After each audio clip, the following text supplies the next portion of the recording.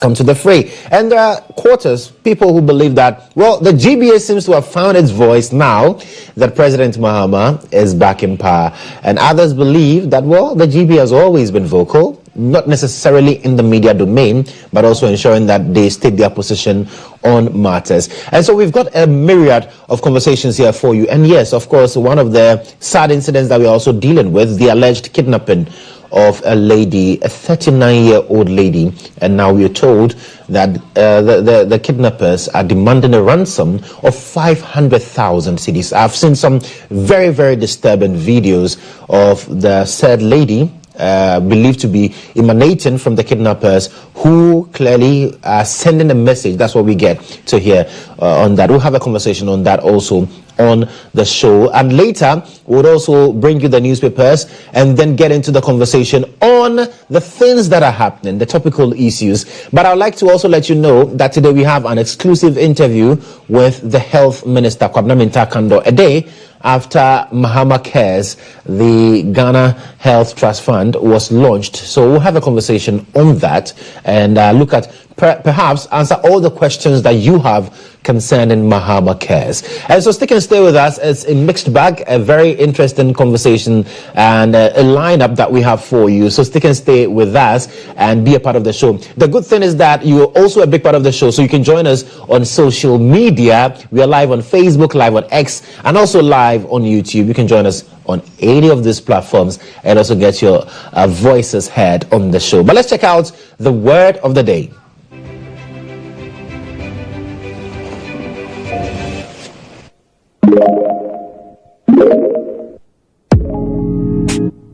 Today's word is E-S-T-R-A-N-G-E-D. Estranged. It's an adjective. If you are estranged from your family or friends, you have quarreled with them and are not communicating with them. Here is an example. The 16-year-old boy became estranged from his family after he caused an accident. Estranged.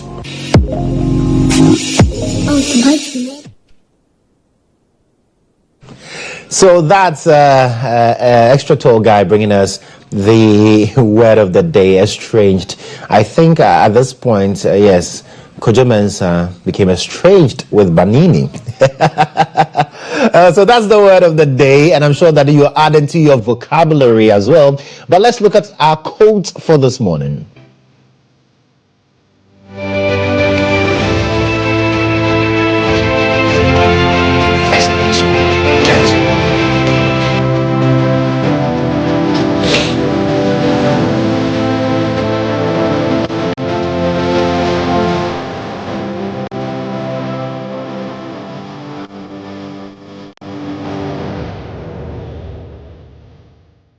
The quote of the day, you see, they say that if it's nice, you say it twice.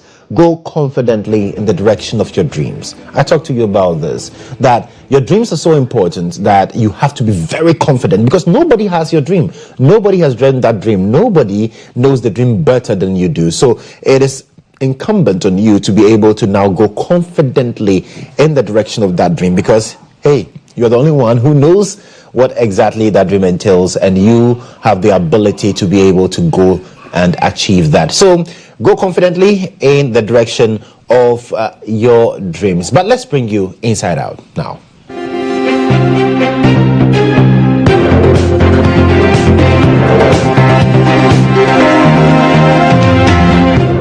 That I have to share this with you in the morning. It's very early, and so I'm truly sorry, but it's something we need to talk about, because now it's becoming one too many. And I remember speaking to a security analyst who said that, you know what, usually Ghana, we do not see much of these things, yes, but elsewhere they arrive.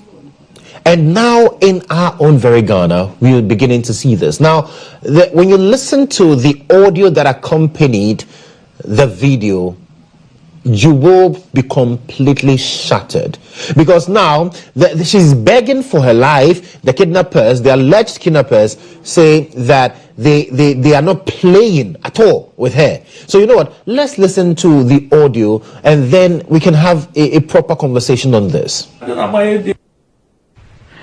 Oh, please, me grow for me for my child. You go come here and sell me for my child. I don't know my idea. I'm meant to monka. My bukra na my show mo bufu. Mama wants to send a number. Somebody, you can say, scanner said, and it's done. Like I hold it motivate for my for my child. And now me pa child found the brother be slow. Don't would trouble me for my child. Me for my child. So what payment quantity? So that's the lady begging for her life because clearly the kidnappers are not happy. Well, the good thing is that the police says that they've begun investigations into this matter. As it stands now, we do not know the true facts of the matter, even though we are told that her kidnappers are believed to be of Nigerian descent, whatever. That's what they say. That's what the family is claiming. And so at a point, the family is also asking for help to be able to raise the ransom. We'll get to know the reality when all of this dust settles. But then we need to be careful as a people. We need to be security conscious. See, if you're driving in town, you're walking in town, and you notice anything suspicious, take some actions. Prioritize your safety, because you cannot. Ghana Police Service is already stressed in terms of numbers, so they are not everywhere as we would have wanted them to be. So please take your personal safety very, very, very, very, very seriously, because listen, this can happen to anyone. Yesterday I spoke to Adib Sani, a security analyst, and he says that, you see, parents, for instance, who have to allow their wards to walk long distances from school to the house, from home to school, we need to put in measures to ensure that there is some level of safety surrounding all of these things. There's some level of safety, so that we do not get to situations where this is a 39-year-old woman. She's not a kid. She's not a child. But the allegation is that she's been kidnapped. So what about the little ones? So let's please, and for those of us who are finding it interesting and sharing the videos on social media, among others, please, I think it's time that we really put a stop to that, because this is a family's grief. If it is indeed what it is, then it's a family's grief. The family is already burdened with knowing what is happening to their daughter. And so let us not, especially the video in which she was completely stripped. I'm seeing people, circulating it, please. But we just call on the Ghana Police Service to look into the matter, and then the appropriate agencies to also pay critical attention to this particular situation. If indeed she's been kidnapped, we know the police is very capable, very intelligent-led police organization. We would like to see some action. And if it's not, the perpetrators should be brought to book. But that's it for this one. Now let's talk about the NPP's Thank You Tour.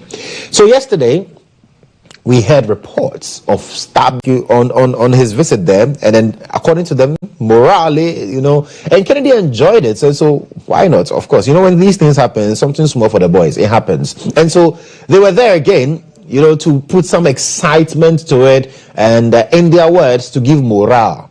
Yeah. So after that happened, now there's a young man who believed to be a firm supporter of Kennedy Japan, who it's called what? Maxi-billions. That's what we are told. So this young man now gave out money to the boys. Now, according to the narration, there were a group of, well-built men who were also around, and then decided to take the money that was handed out to the boys from them. The money that was Maxi-billions decided to give to the boys, the well-built guys decided to take that. And so that resulted in some level of altercation. Gunshots, warning shots were fired, and then one of the boys was stabbed. Now we are told he's a student of KNUST. That's what we are told. We are here to get into the merit of those claims, by the way. We are told he's a student there. He was stabbed and rushed to the hospital. Now, what I find befuddling is how politicians are trying to put a political spin on this one. This is a clear case of lawlessness, a clear case of abuse, a clear case of attempted murder, and I will put it that way. Yeah, because the young boy was not stabbed for him to live. So this is something that the Ghana Police Service should be very, very interested in. Forget about the politics we're doing. That, it's scared, it's from another camp, It does not matter. It does not matter if whoever stabbed the boy is from Jubilee House, wherever he is from, he should be dealt with. And that's the bottom line. We cannot continue to allow this level of lawlessness to happen in the name of partisan politics. No. One life lost is one life too many. And we cannot condone these things. And so in a situation where politicians are embarking on their normal political talk and tours and all of that, we should not be seeing this level of violence. Why? Because money was thrown to boys, and some people felt that we are stronger, we deserve the money than you, and so let's go for the money, according to the narration. I could be wrong. So whatever the case is, my call this morning is for the Ghana Police Service to take some critical look at this matter, pay attention to it, and then bring whoever is involved in this senselessness to book. Because we cannot afford to have these things happen. Now, one boy has to battle for his life because of this. Because of the fact that someone or some group of people felt that they are well empowered, they deserve what was given out. Ghana Police Service, please, let's see some very swift action on this to, put politicians in their proper place and let them know that, yes, they get the mandate of the people, but then the mandate is given by the people, and so they cannot lord over the people with that mandate, even after they've lost it. People who follow politicians must learn not to be lawless and feel that because we are with some politician or whatever the case is, we can be exonerated, we can do anything we like. No, you can't do anything you like. The country is not for you. And that's it this morning for my take.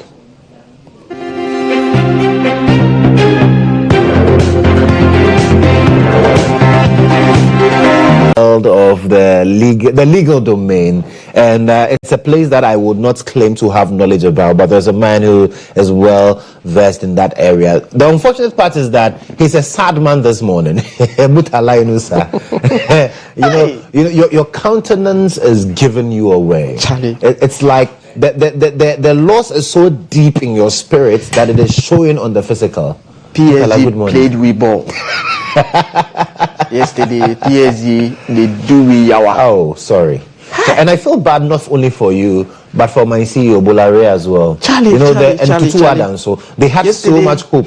And then Charlie, there was hope, there was vim. Oh. But there is still vim. But the point is that at the Emirates, that you were not even allowed to settle on your. Hey, football is I understand, Mutala. I understand your pain. And so I will not talk more about it. But remember, you and Jones had a bet. One person will shave Sakura. And I'll be the one to handle the razor on that day.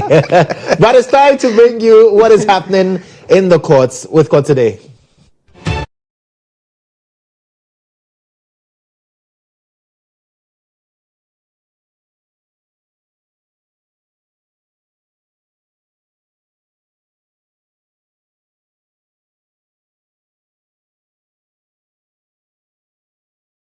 So Mutala Yunusa is here with the updates in court. Now, I remember we had a conversation on Monday, and you talked about the fact that, well, the statement, if it doesn't contain this signature and this signature, don't treat it with any importance. Wait for the official statement to be out. Yeah, so as it is with resolutions, clearly they are standard procedure. Right. Standard procedures that go with it. When the resolution is taken and passed by a group of people, the ultimate thing, it comes out in the nature of statements, not in the nature of what somebody will be saying, another person is saying, and all of that. So since Monday, like you mentioned, we're talking about the Ghana Bar Association and a certain resolution that we were hearing that they have taken by way of Ghana Bar Association has a statement. And the statement since yesterday, and in fact, ever since the statement came out, the reactions there, both for and against. But the GBA started by giving us some preambles, what they believe in, what their objectives are, and things that as a body, as an association, they need to operate within. So, recognizing the law, acknowledging certain things that will have to happen, and then emphasizing. And in fact, in the beginning of that particular conference that they had, Ms. Efagati set the tone and made a point that it is about time that the Ghana Bar Association takes lead in proposing how Article 71 office holders should be impeached or removed.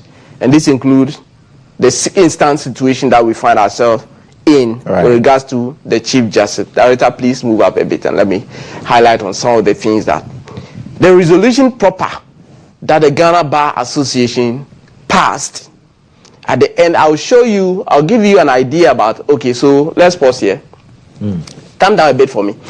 I will show you the members who dealt with this very situation. First of all, these are the issues that the Ghana Bar Association touched on. 1, 2, up to 5. But the focus of our conversation will be number 2. But let me give you an idea of the other things that they spoke about. Number 1, you note that the acting Chief Justice issued a statement and made the point that fresh cases and new applications that are filed now should be referred to his office for assignment and for empowerment. The Ghana Bar Association president apprised members of what the acting Chief Justice told them about why that particular directive. And this is at the end. First of all, Director, play that video about Mrs. Efu Agate, and let's continue with this. We were called to an emergency judicial council meeting chaired by the acting Chief Justice, and he explained what was supposed to be the rationale for that circular. The explanation was that there was an imbalance in case loads where various courts were concerned, and he was part of a group in his earlier days as a judge under Chief Justice GHOne Wood, where 3 persons were put together, and they saw to the distribution of cases.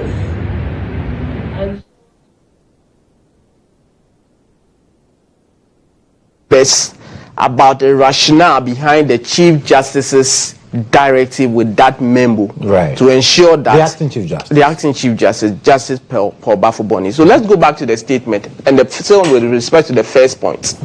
It says that withdrawal of directive on assignment of courts and fixing of dates for newly filed cases and applications.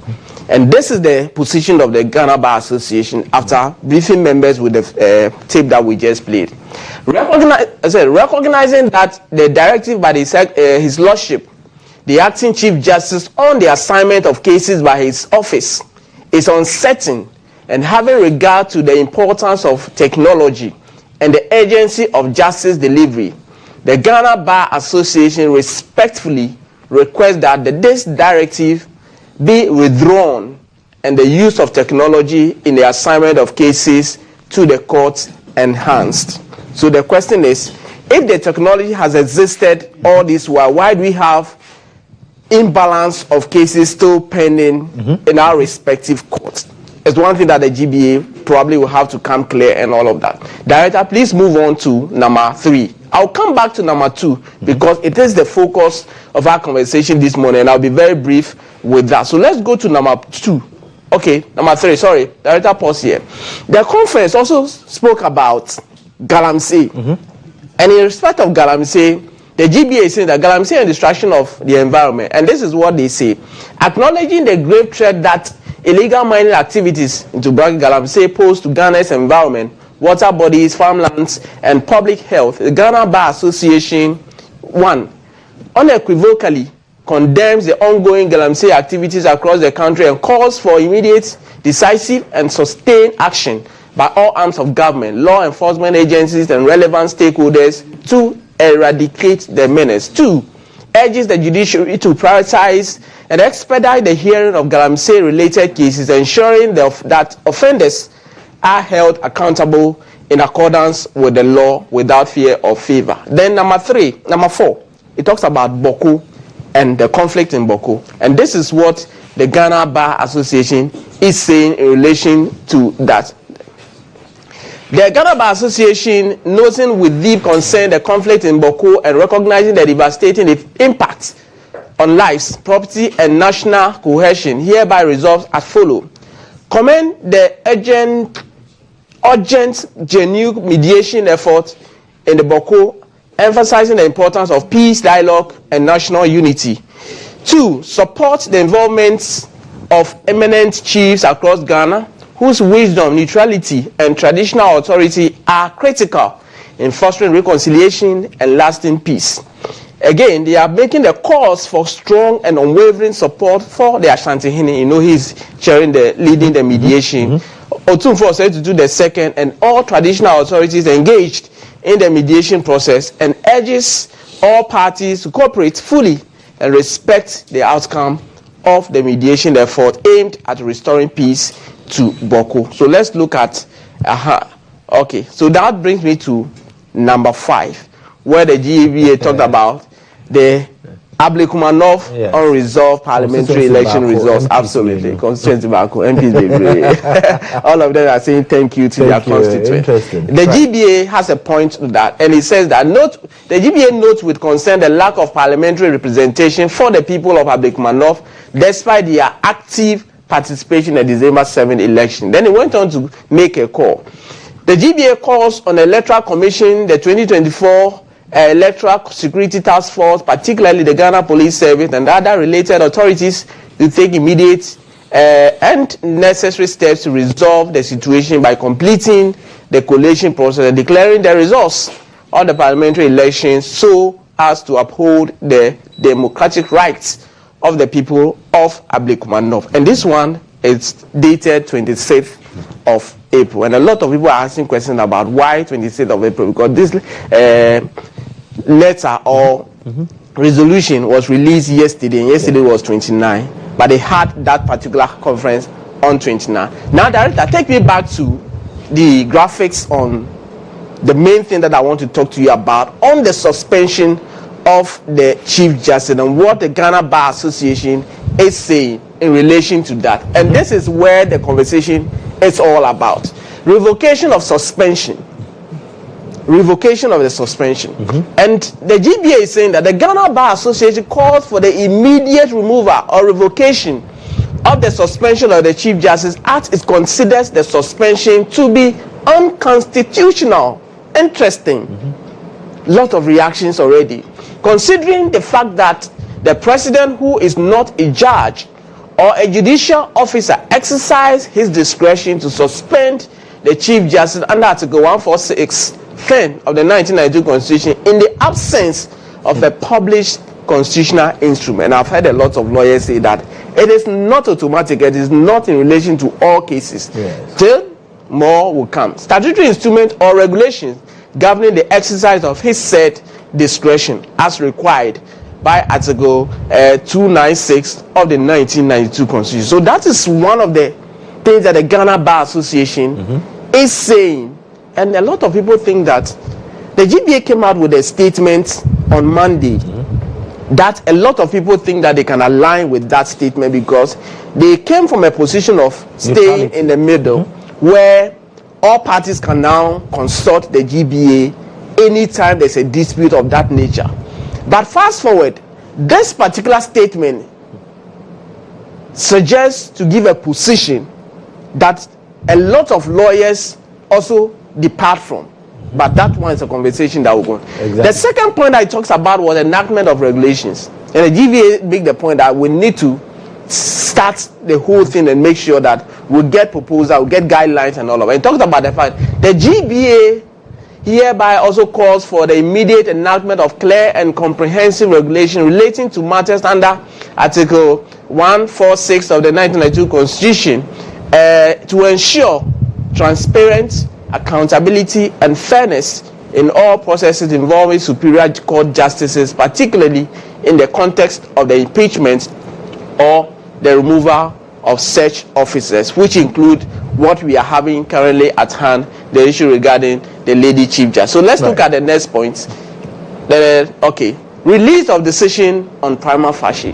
Very interesting. The GBA is saying that in addition to all that they are saying, they make calls upon the President of the Republic of Ghana to immediately release the full decision establishing a prima facie case against the Chief Justice, consistent with established precedents. Right. This disclosure is necessary to ensure that the process is conducted in accordance with the principle of transparency and fairness. But the question is, the Constitution talked about the fact that cases with respect to the Chief Justice should be heard in camera.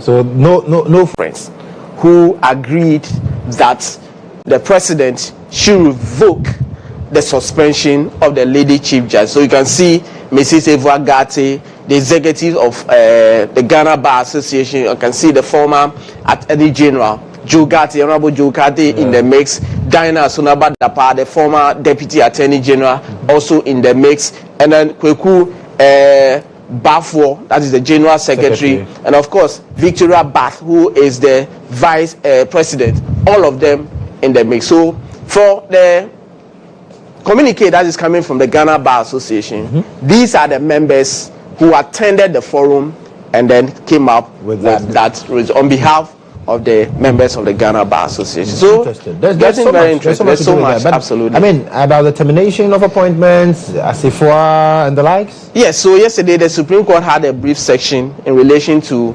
case for Henry Nanabwache, the national organizer of the NPP, and Vincent Asifua, member of parliament for Old Tafo, and they were urging that the manner in which the suspension was done in relation to, in fact, the termination of appointment in relation to those who had the appointment terminated immediately after the December election. The chief of staff made the point that those people were given appointment after the December 7 election. He is challenging that at the Supreme Court. Yesterday, their prayer was to the effect that they be given the opportunity to amend their rate and the statement of case, and the court has given them 14 days. But with the picture on your screens there, tells you something. The Akwetia MP's contempt case. And that is coming up. That is coming up. Interesting. And it is coming up not for hearing, it is coming out for decision.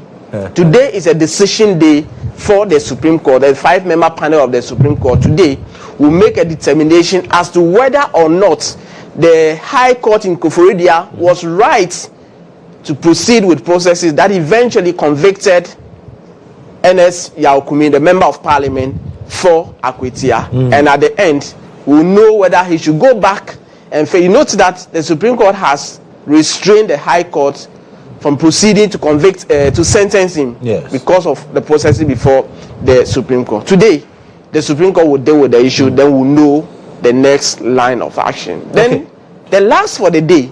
Dr. Dominic Ayene. Yes. He'll be meeting the media again. And guess what? There are a lot of conversation, discussion about the fact that, ever since the new Attorney General came with, he's been speaking, we haven't seen anything yet. Today, we should expect the Attorney General to give us full updates on cases that have been filed against formal officials in relation to criminal matters.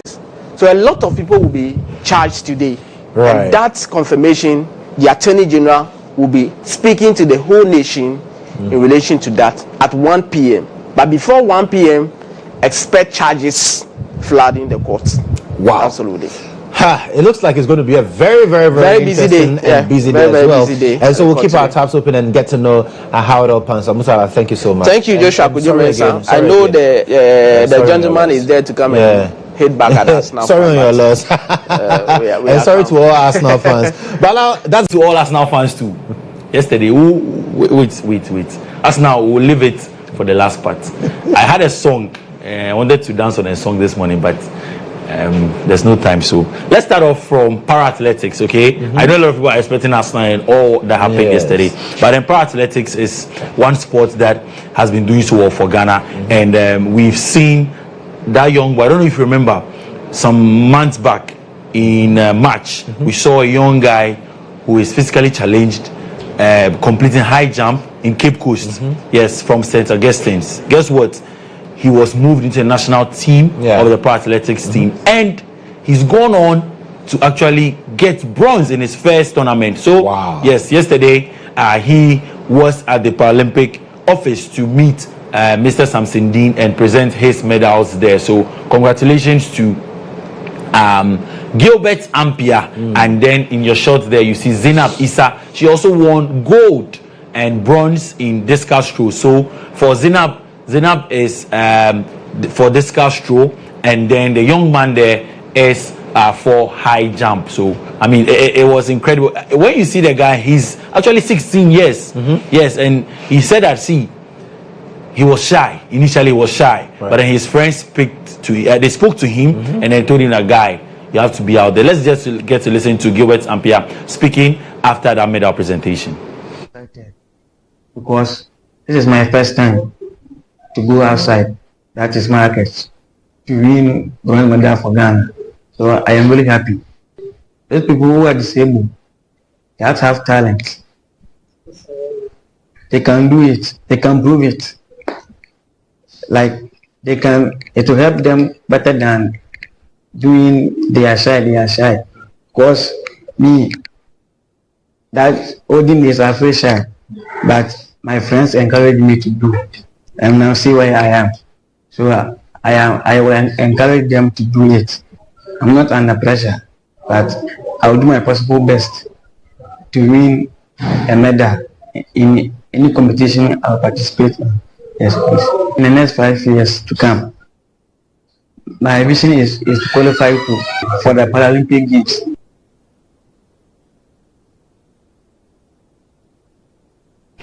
Says he wants to qualify for the Paralympic Games. So the Paralympic Games will also be happening in LA, Los Angeles in 2028. So right after the World Cup. Yeah, no, right after the Olympics itself. Then we have the Paralympic Games. So we hoping that he actually gets there. I mean, he's good. He cleared a height of 1.73 meters. Okay. And you know the funny thing, people like me and you, we don't go to do it for yourself. Don't worry.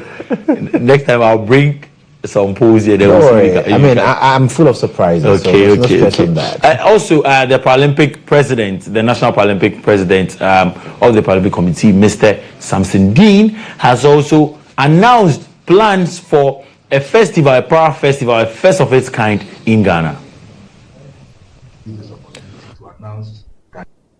I want to use this opportunity to announce to Ghanaians that this year the National Paralympic Committee, with its 22 associations, shall organize the first ever Para Sports Festival, which will be a platform that...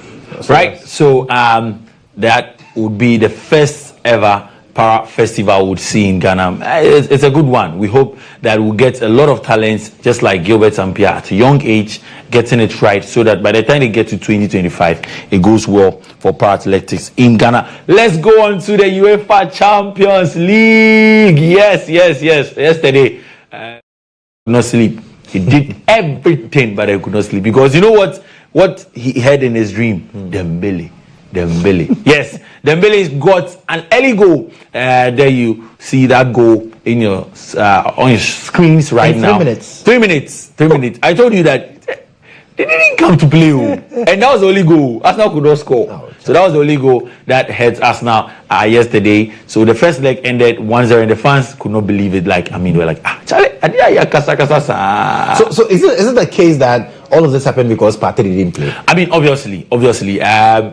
As Lax says, no party for Partey, no party for Arsenal. It means no party, for Arsenal. You know, he actually received a yellow card, and then was suspended. And obviously, he is very key. They would need him, but then I don't see Partey's absence the reason why they could not actually win, because PSG are a very good side, and Partey will be playing in the next leg, and I'm not even sure that his presence would change the scoreline. PSG will go on to win. Take it from me, I'm telling you. Take it from me. So that we shave Mutala. We'll shave Mutala next week. We'll bring the I mean, I will come with it, and then either you or Mutala, whoever, I will shave you right on air. Now tonight, Barcelona are going to be in action, and guess what? Inter Milan are coming to Spain to take on Barcelona. We're hoping that game would also be interesting as well. They've met several times. Barcelona has won, has majority of the wins. And then if you go back to 2010, you remember what Inter did to Barcelona there. But then we'll see how that goes. A lot of Barcelona fans are very, very optimistic and are hoping to get a win in tonight's game. It is at 7 p.m. Let's end off with the NBA playoffs. Yes. Guess what? Miami Heat are out. They're out.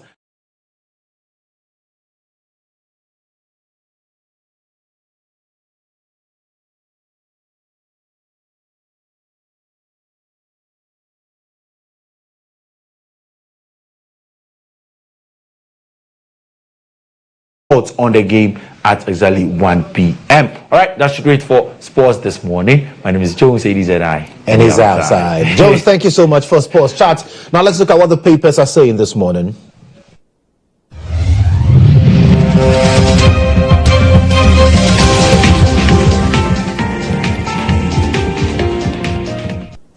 Well, we kickstart with Daily Graphic this morning. Ghana Medical Trust Fund launch supports MahamaCares. President urges corporate Ghana as he himself donates 6 months of his salary to the MahamaCares. And there's also special supplement on May Day. And Boko crisis mediation off to positive start.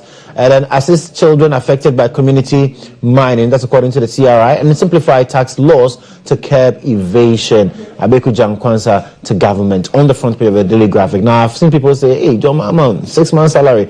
How much is the president's salary? Multiply that by 6. Businessman said they're going to give 500,000 cedis to MahamaCares. Let's move on to some other papers this morning.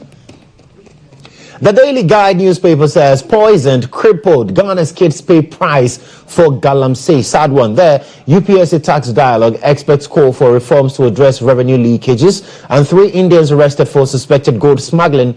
Revoke Justice Tokuno's suspension. That's the Ghana Bar Association to President Mahama. They say that particular suspension was done unconstitutionally, for which reason they are calling for a revocation. The Ghanaian Times newspaper enforced child protection laws to save lives of children in mining communities. The Child Rights International saying that the President pledges 6 months salary to Ghana Medical Trust Fund. Thank you so much, Mr. President. The Health Minister also says 3 months of his salary goes into that. And so I'll be waiting for my director, also Banini, to also contribute to Ghana Cares. Banini, how many months are you contributing so that we can make the announcement on air? It says, unionized labor observe May Day tomorrow. And Asantehene leads Boko mediation at Mensah Palace. That's it for the Ghanaian Times newspaper. The Chronicle this morning, CJ Saga, John Mahama has not flouted any law. Alan Cash's MFC and suspension of Justice Tokuno is illegal. President must reverse order immediately. The Ghana Bar Association there. And President launches MahamaCares to address chronic health issues. And it's quite interesting because we're having a conversation on the launch of MahamaCare. We'll look at the details of MahamaCare, how the money will be coming, everything. The Health Minister will join us for that conversation. Now, the scripture for this one in Titus chapter 3 verse 1, remind them to be submissive to rulers and authorities, to be obedient. That is what the Chronicle newspaper is saying this morning.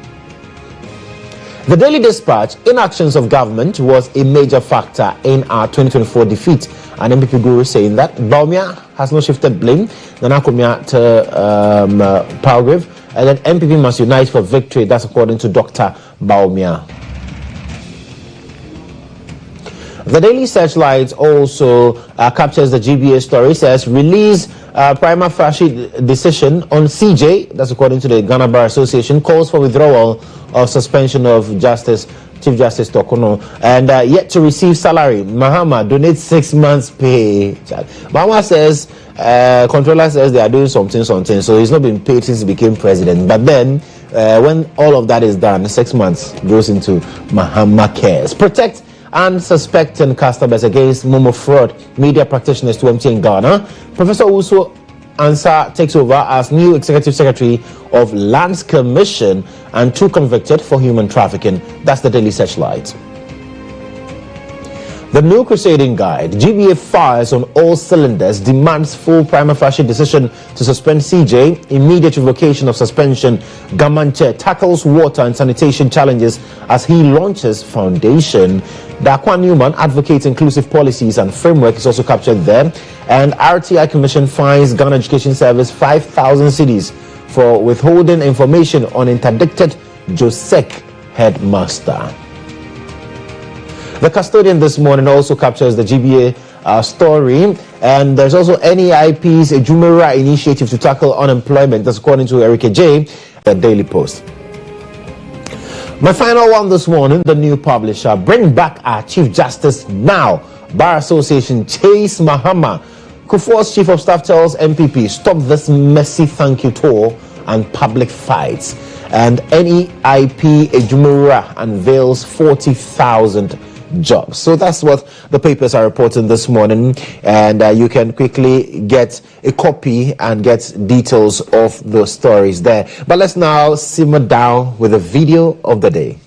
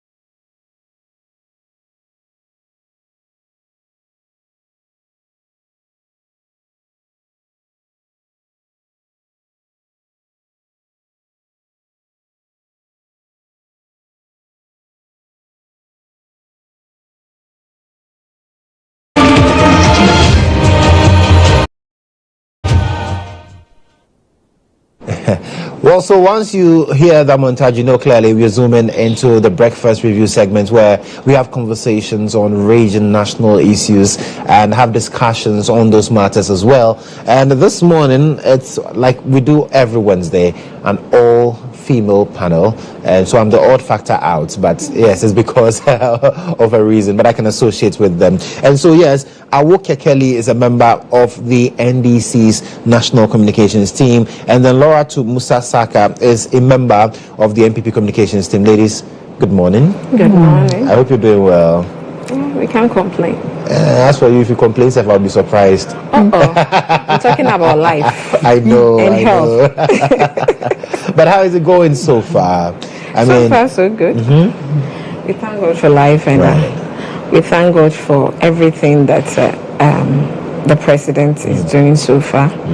I want to take this opportunity to say kudos to yesterday, Monday, for the Ejumara and the MahamaCare that had been launched. It's a promise we give Ghanaians, because if you want to look at youth, a lot of them are not working, and we know what brings about this armed robbery and all this. Some of these vices we are talking about, some we don't even want to mention, because we don't even want people to hear. The last time a girl was asking, why is it that we don't talk about sex? I said, it's because we don't want to put it in your head. It's not like we don't want to talk about it. Because the more you talk about something, we want to know what it's about. So some of the things, we don't want to mention them. It's not because they are not happening, but we don't want to even encourage people hearing it.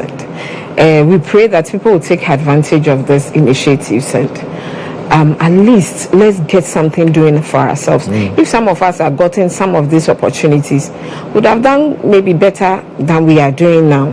And so let's take advantage. Even if you have a side job or you're doing something already, take advantage of this Ejumora. I want to go into farming.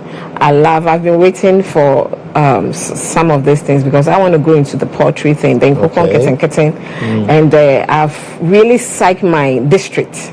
I'm from the Ayeswano. I'm from 4 constituencies, so it's something I want to do, and partly from the Volta region I want to do for my mom's area too. So I want a lot of people to take advantage. It's for Ghanaians. It's not for NDC or some particular people. And I was happy when the president mentioned the Galamsey areas, because most of these guys want to take them out of the pit. And if you are taking them out of the pit, what's the alternative? So they should take advantage of some of these things. Register, go to your district assemblies, make sure you are registering for it. There's a lot to be done. I've always said that if my father had not gone back to the village and into farming for 20 years, we never took money out of our pockets for our dad till he died, because he was doing well. We were even rather feeding on him. You give my dad money, he will tell you, take care of the kids, because he has poultry, he has animals, he had the farm, he was into yam, he was into cassava, most of the things, and we had cocoa too. So we want the youth to take advantage. We have long-term farming like the cocoa and the palms, that when it starts yielding, it won't stop. We have the immediate ones too, like the vegetables, so they can start from somewhere into the long term. And I believe that going forward, it will help all of us as a nation. We don't have to, like we were borrowing foodstuffs to feed our people from ECOWAS, and now we are being chased for it. At least if we are all doing some of these things, I'm sure we don't have to get to that point, and we won't get to that point. And the MahamaCare, we are appealing to the church, the Muslim clergies and all that, the corporate institutions. Our president have decided that his 6-month salary will go into that. It's a seed money. I think I don't go to Seed Agongo. Agogo. Is it Agogo? Agongo. Agongo. Yes. So he has also given a seed money. 500,000. Yes, which is good. We are asking other corporate institutions. Some do well, others don't also do anything, we are praying that they'll take advantage of this. Let's help the society. Right. But there are people who might not have died. We will come to the conversation of MahamaCares shortly. Yes. But let me also pick preliminary thoughts of Laura too. Laura too, how has it been? I mean, the last time I spoke to you was on campaign trail on Star FM before the elections. We've not necessarily met after that.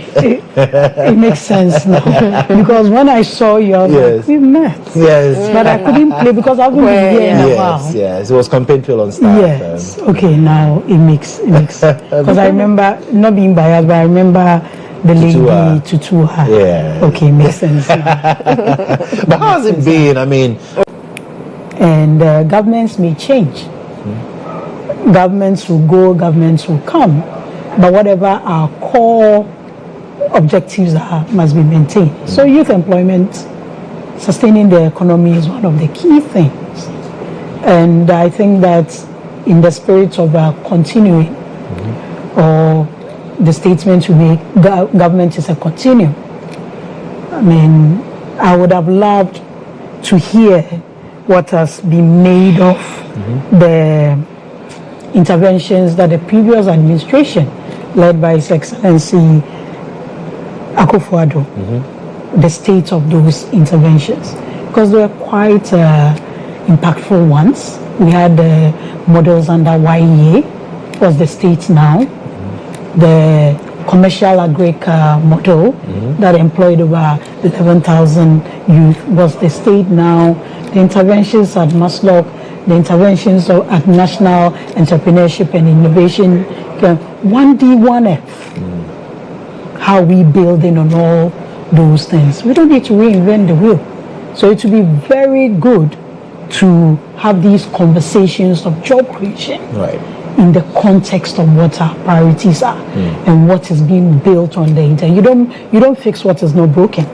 You know, you improve upon them. Some of them were new ones, some were continuation of previous So for instance, for 1D, 1F, I know the state of 1D, 1F because I've had the conversation and I've been told it's been scrapped because the argument is that the previous administration used that to feed its own people. We are not seeing necessarily the bolstering of the private sector, and so it's been scrapped as we speak.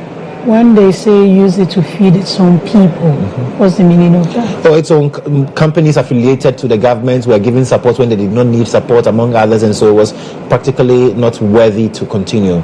Really? That's interesting. But are the people Ghanaians or not? Are the beneficiaries Ghanaians or not? We need to look at some of these things. I mean, there are issues with tax clearance and all that. Tax waiver, right? Yes, the waivers that were granted to the companies. All that. But if you take some of the ones that were thriving, if you take a Kofi, for instance, they're not doing global distribution and all that. How are we sustaining it? You just don't scrap it because you are not the one who introduced it. What about the taxpayers' money that has been put in it? Right. How do we utilize it? You can strengthen it. You can rework it, but to scrap it, I don't think is in the best interest. So I believe that going forward, with some of these interventions that are they are supposed to inure to the benefits of our nation and especially the youth. We should have it in the context of continuation, because at the end of the day, it's the same taxpayers' money, it's the same Ghana money, it's the same people, citizens of Ghana, that are paying. The only thing that changes is the political party that sponsors the government. Right. So we should ensure that we are seeing continued progress and get to question the base of those other ones. All right. So let me come to you, Awo, because now I remember listening to government communicators talk about the need or defending President Mahama's suspension of Justice Tokono. They said it was done according to the Constitution. And the question that they keep asking, show me where John Mahama erred constitutionally. Now, the Ghana Bar Conference, or the Ghana Bar Association at their conference mid-year, say in their resolutions, one of the things they talk about is the fact that President Mahama erred. His suspension of Justice Tokono was done illegally and unconstitutionally. For that reason, they want that suspension to be revoked. Thank you. Unfortunately, I don't know anything about law. And I don't even want to go into it because I don't want anything to do with it either. But you see, for me, I told someone yesterday that this Ghana Bar Association is an opposition party. And an extension. An association made up of the NPP. Legal brains in the country? Oh, sweetheart. They should be treated as such. Seriously, nobody should take them serious. They are not serious. Well, Charlotte was not a member of the Ghana Bar Association then. She was a member of them. They were quiet. They were zilch. Nobody said fin in this country. The defense is that the Electoral Commission is not an arm of government. But this judiciary is an arm of government. So it is an arm of the Ghana Bar Association too. What is that? If they had anybody to fight for, they should have fought for one of their own. Do you understand? This is a member. I work here with you. So if you see somebody bullying me on the road, will you leave me and say that because I'm not in your department? Or because I don't, you are a news anchor? Yes. Yeah, I'm not. The person is a technical person, or let me say a sweeper. So I don't care what happened to that person. No. You should have fought for your own, so that next time when you are doing it for another, then people will know that this one is a genuine thing. It's not a pick and choose kind of thing.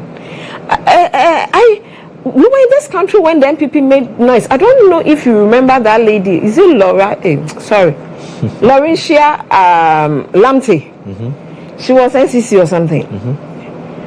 When she was asked to go because she was living in a hotel or guest house or something, I've forgotten the charges then. It was this same President Mahama who made the woman go home.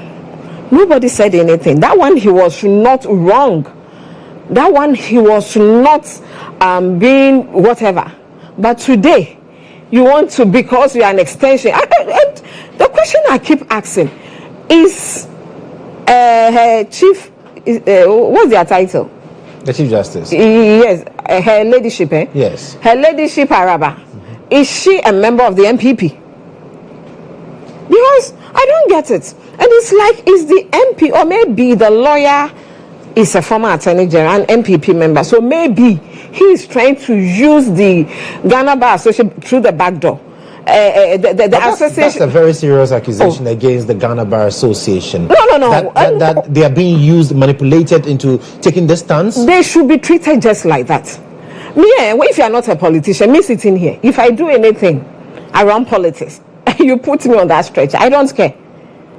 But if it's not, if you are not a politician, please stay in that lane. Because for 8 years in this country, for 8 bad years, we never heard the Ghana Bar Association say anything wrong with any decision the president took. How he was holding his party members, taking them to the bench and all that. They never made any argument against it. They are always issuing messages to make the people rather so comfortable and all that. No wahala, we have stayed through it. This is not the president who got up one day and said, let this woman go home. No. Was there no a petition? And a petition is a form of evidence. Is that not it? And based on that, the Council of Elders of this country, the Council of State, they were supposed to be consulted, isn't it? And has that been done? So which of the breaches are they talking about? What has the president done wrong or the council done wrong? Oh, they gave you even leaked whatever that was given to you by the president, and the president even made it public that he was not happy about it. Something is going on. I come to you, you did ABC, they said this is what is happening, but the next day the thing is out there. They gave you whatever you requested for. By the time you are done with your response, everything is in the open. And a radio station that is affiliated to wherever you feel you are comfortable, or your lawyers are comfortable with, or they stand. This thing had been blown out. So everybody knows even what has gone in and out of the presidency, between you and the presidency and the Council of State. And you are sitting here, we get people even saying that women, why are we not speaking? The last time on one of the sister stations, one of the women were saying that they are calling us as women advocates to do what? Has the thing not gone through the right processes? And you see, if the thing is wrong, then you hear people talking. But when any time is right, you hear people quiet. You thought yesterday that something was right against your own person, against a member of your association. You never fought for, you never said, put in a word for. And now somebody that you feel is affiliated to your party or whatever the person stands, you now want everybody to go hungry in this country or go on a hunger strike just because somebody has been petitioned against. Why won't you let the laws do their own thing? Or whatever process it is, the woman will be given a fair hearing, won't she? And that's what they're asking, that the Council of State said it was able to establish a prima facie against the CJ, and that's what resulted in the suspension for the committee to be formed to look into the matters. They want to see what the Council of State found. They want to see. Yes, they wanted to. What right do they have? What right the do they have? basis on which the CJ please, they was should give us a break. Right. They should let this country run. They should just keep quiet like they were for the 8 years.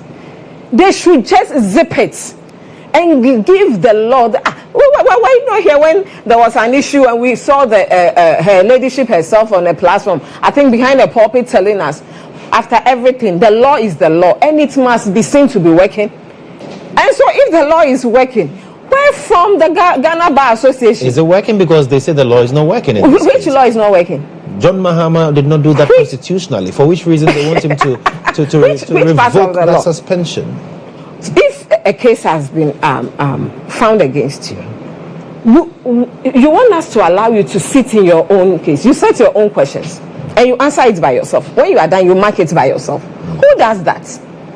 Even in school, are we allowed to do that? You set your own questions. Okay, I'm in this exams room. I want to set my own questions. I will answer it by myself. When I'm done, I'm given the marking pen to mark it and grade myself. Is that what we are saying? Which precedent do they want to? So that next time they will sit and say that is John Dramani Mahama's tenor that did this. It won't happen. This one, look, they should go to social media and see how people are bashing them. How many people even took that decision? I hear they are around 43 or so.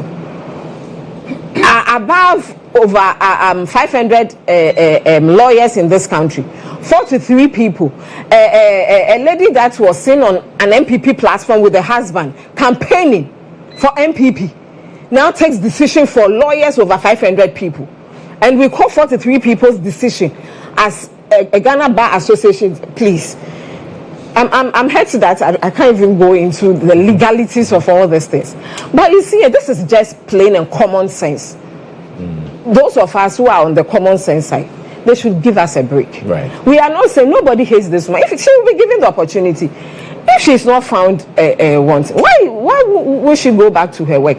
But whatever it is, we have cases that people rescue. They say they should give. They don't want to sit on the case. Georgina Wood against the Mintah 3. She decided not to sit against it because on that panel because she felt the thing was against her. And why is it that her own case? If I were her, I will feel that this is the best time for me, because for me, I have even stated before that let the laws work when it was against someone else. So now it's my turn. The law should also work. Okay. And so Ghana Bar Association or whatever, the extension of the MPP opposition party, they should let the process take its own course. Okay. They should let things go the way they should. When the woman is, why would didn't President Mahama meet Georgina Wood?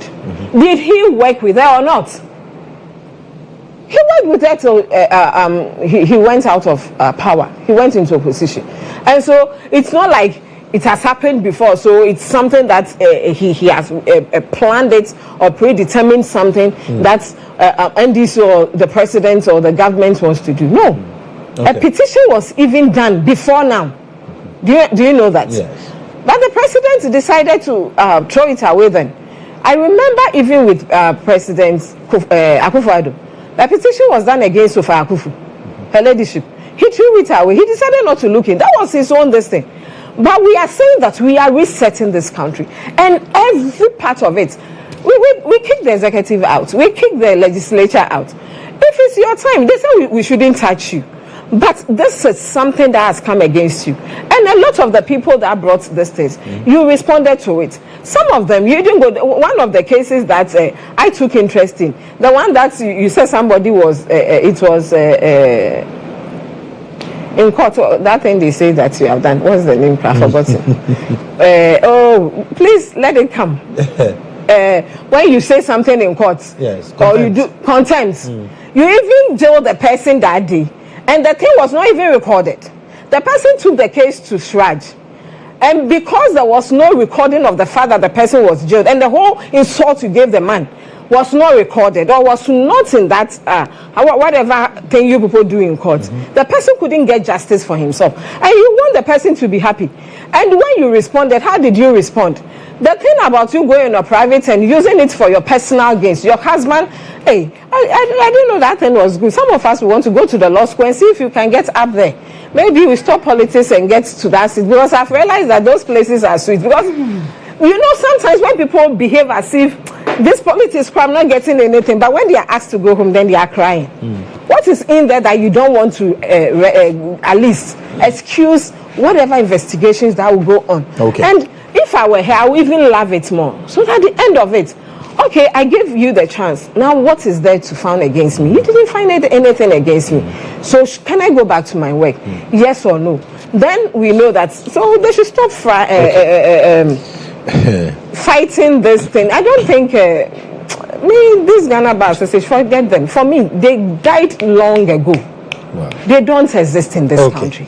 Let me bring Laura into the conversation, because the NPP had already earlier made similar calls that, well, they feel there was a breach in the suspension. In fact, Vincent Akwasifo is in court over the matter. He's at the Supreme Court over the matter, Henry Nabuache, which since so much happened. Now the Ghana Bar Association meets and says, from what we have seen so far, there's a problem that was done. And we need President John Dramani Mahama to reverse the decision of suspending the Chief Justice. That should fall in line with the calls you're making. So you welcome that? You know, in this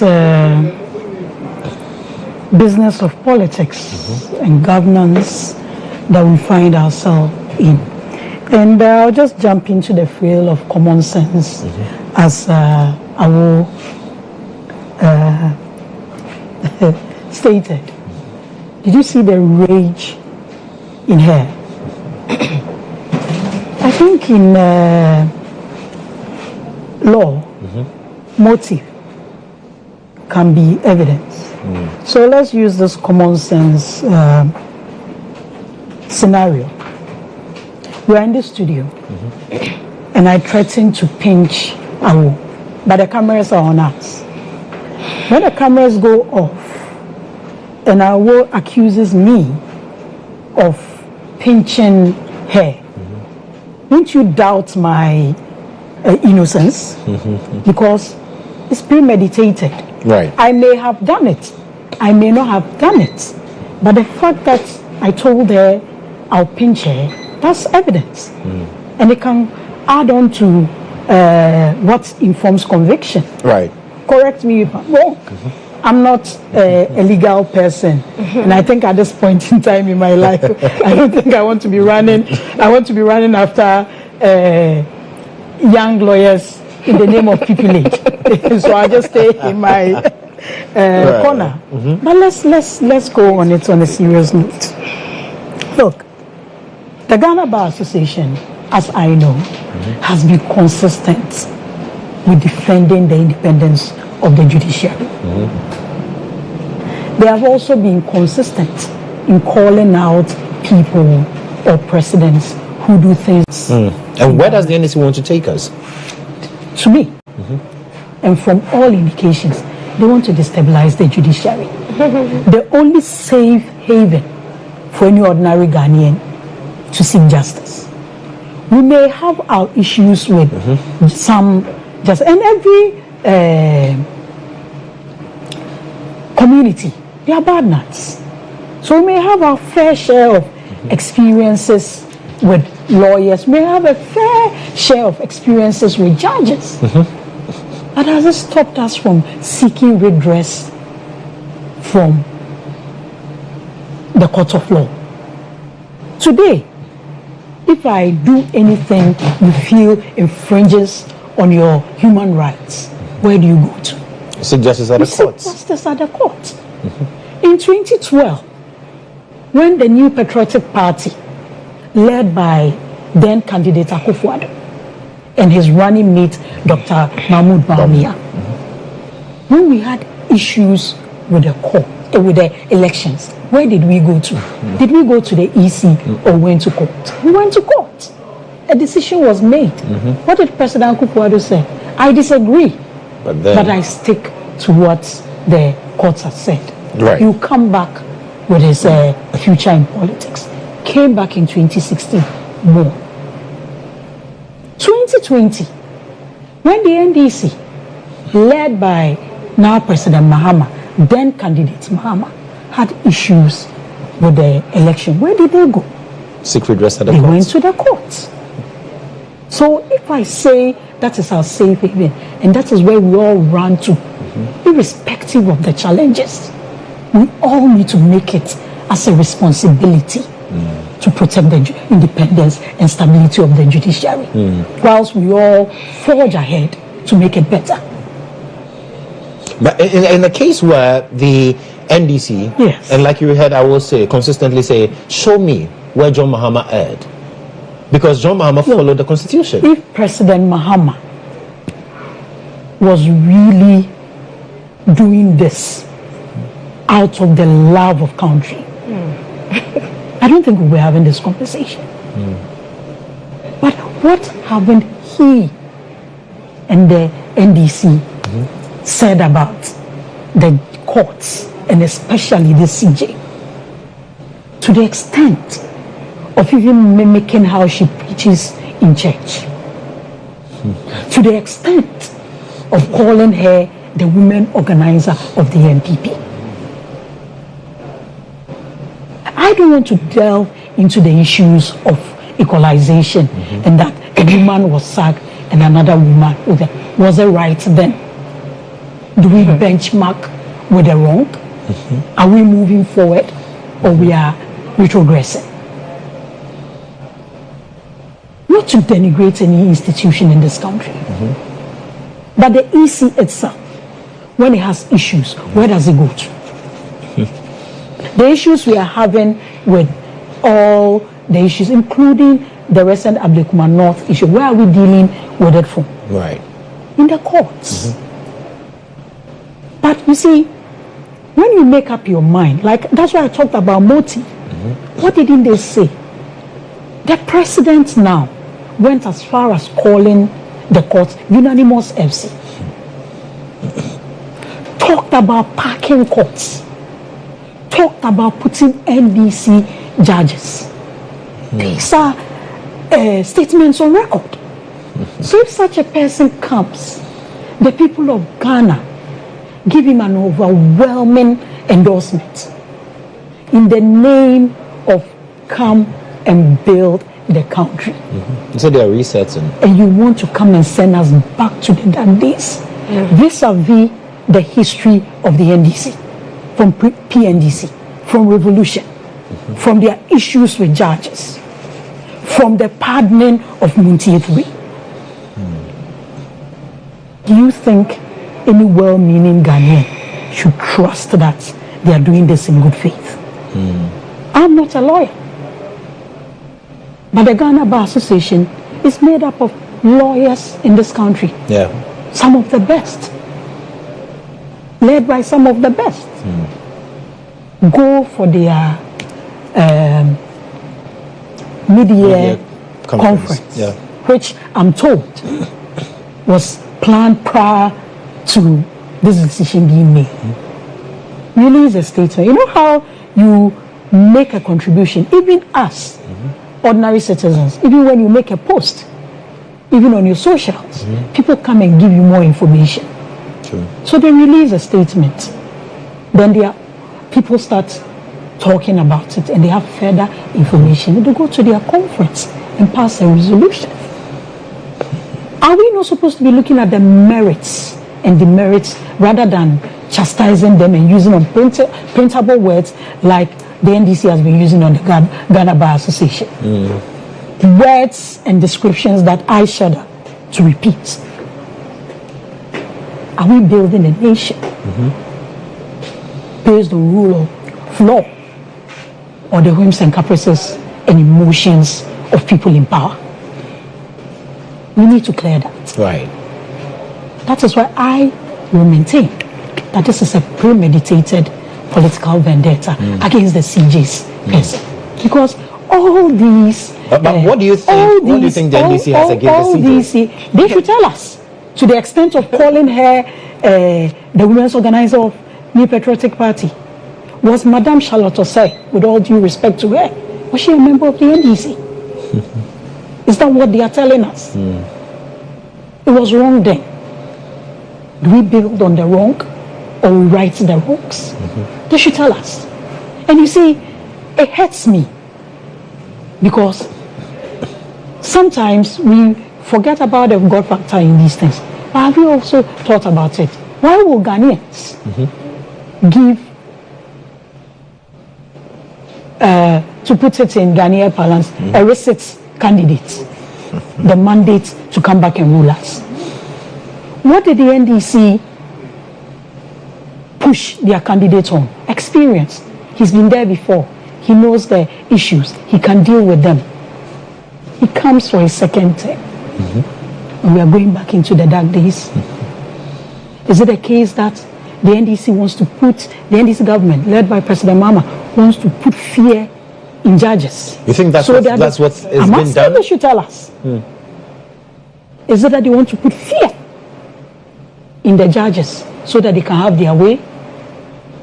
Some have even stretched it to the extent that he's pushing the constitutional review and also pushing this in the judiciary, because the NDC has the executive, NDC controls the legislature, and now they want to control the judiciary so they can push for a third term for President Mahama. That's how far people are stretching it. But when you do premeditated stuff with motive that is obvious, you force people to go wild in their imagination. And I think that in all this, President Mahama should take a break, reflect on what the Ghana Bar Association is telling you, reflect on the things they said about the CJ. I don't know what the petitions they claim they are treating as a state secret. It's all over the media. It's all over online. You know. So what is there to listen to or hear in camera again? The Lady Chief Justice has already been judged, trialed, like the NDC likes to do, in the court of public opinion. Like they did with people that they claim have embezzled funds. And I always say it, by virtue of where I come from, by virtue of my belief in Ghana, anybody who has done anything untoward, shortchanged this country, must be dealt with as the law stipulates. But not to go and hold a press conference and become judge and jury and put people in the court of public opinion. But let all those things say. Today, one of those people is suing the AG for defamation. Well, is this how this is? The AG has another press conference this afternoon.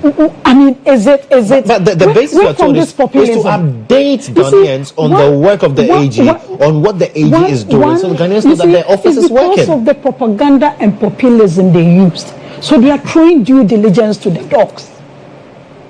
And you see it. So at every point in time, every decision that they take, holes are punched in them. And they make it look ridiculous. And at the end of the day, even though it's the NDC that sponsored the government, they're running state business and government business. Nobody outside this country will say NDC is the Republic of Ghana. So if it's embarrassing, it's all of us. Right. If it's good, it's all of us. And they need to take us serious. Okay. What is this press conference about going to? What is the court there for? What is it? What is this populism? NDC should know that we moved from the days of propaganda. We move from the days of populism. Populism has never solved anything. Okay. I was talking about what? MahamaCares. Yes. And I'm sitting here wondering, these are the people that complain about sloganeering. And you're talking about MahamaCares. What is the name of the trust fund? We'll come back. We'll come back You to that get it. conversation So, and delve into for that. me, he needs to take a break and look at the future of this country. Right. Is this how we want to turn the only place? Look, the executive is funded by a political party, so it's purely partisan. When you go into the legislature, candidates are sponsored by parties. Have you ever heard in our history the accusations, the allegations of people who have flirted, who have been people here? But have you ever heard in our history that a judge, whichever way they are appointed, if it is the lower courts, the CJ recommends, the president confirms. If it's at the higher courts, the president nominates, parliament vets them, they are appointed. Have you ever heard in the history of Ghana, at least from 1992, because I want to believe those of us in this room cannot talk pre-1992, that a judge, a magistrate, or anybody in the judiciary has been appointed, confirmed or vetted on the basis of their membership to a political party? Right. So let's save the stability in the judiciary, and the president of the republic owes us that responsibility to make sure that the only place, irrespective of the challenges that we can all run to, is also not thrown in the frail of partisanship. Okay. Well, so that's Laura to there, and I'm sure that you are also finding the conversation interesting as I am. So join us on social media. Let us know exactly what you are also thinking about. But we'll come back and talk more right after this commercial break, and then we have to deal with MahamaCares. They've already delved into it, and both of them could not wait to talk about it. We'll also be looking at the NPP Thank You Tour and matters arising from there. This is the Breakfast Review segment on GA Today. We're back shortly.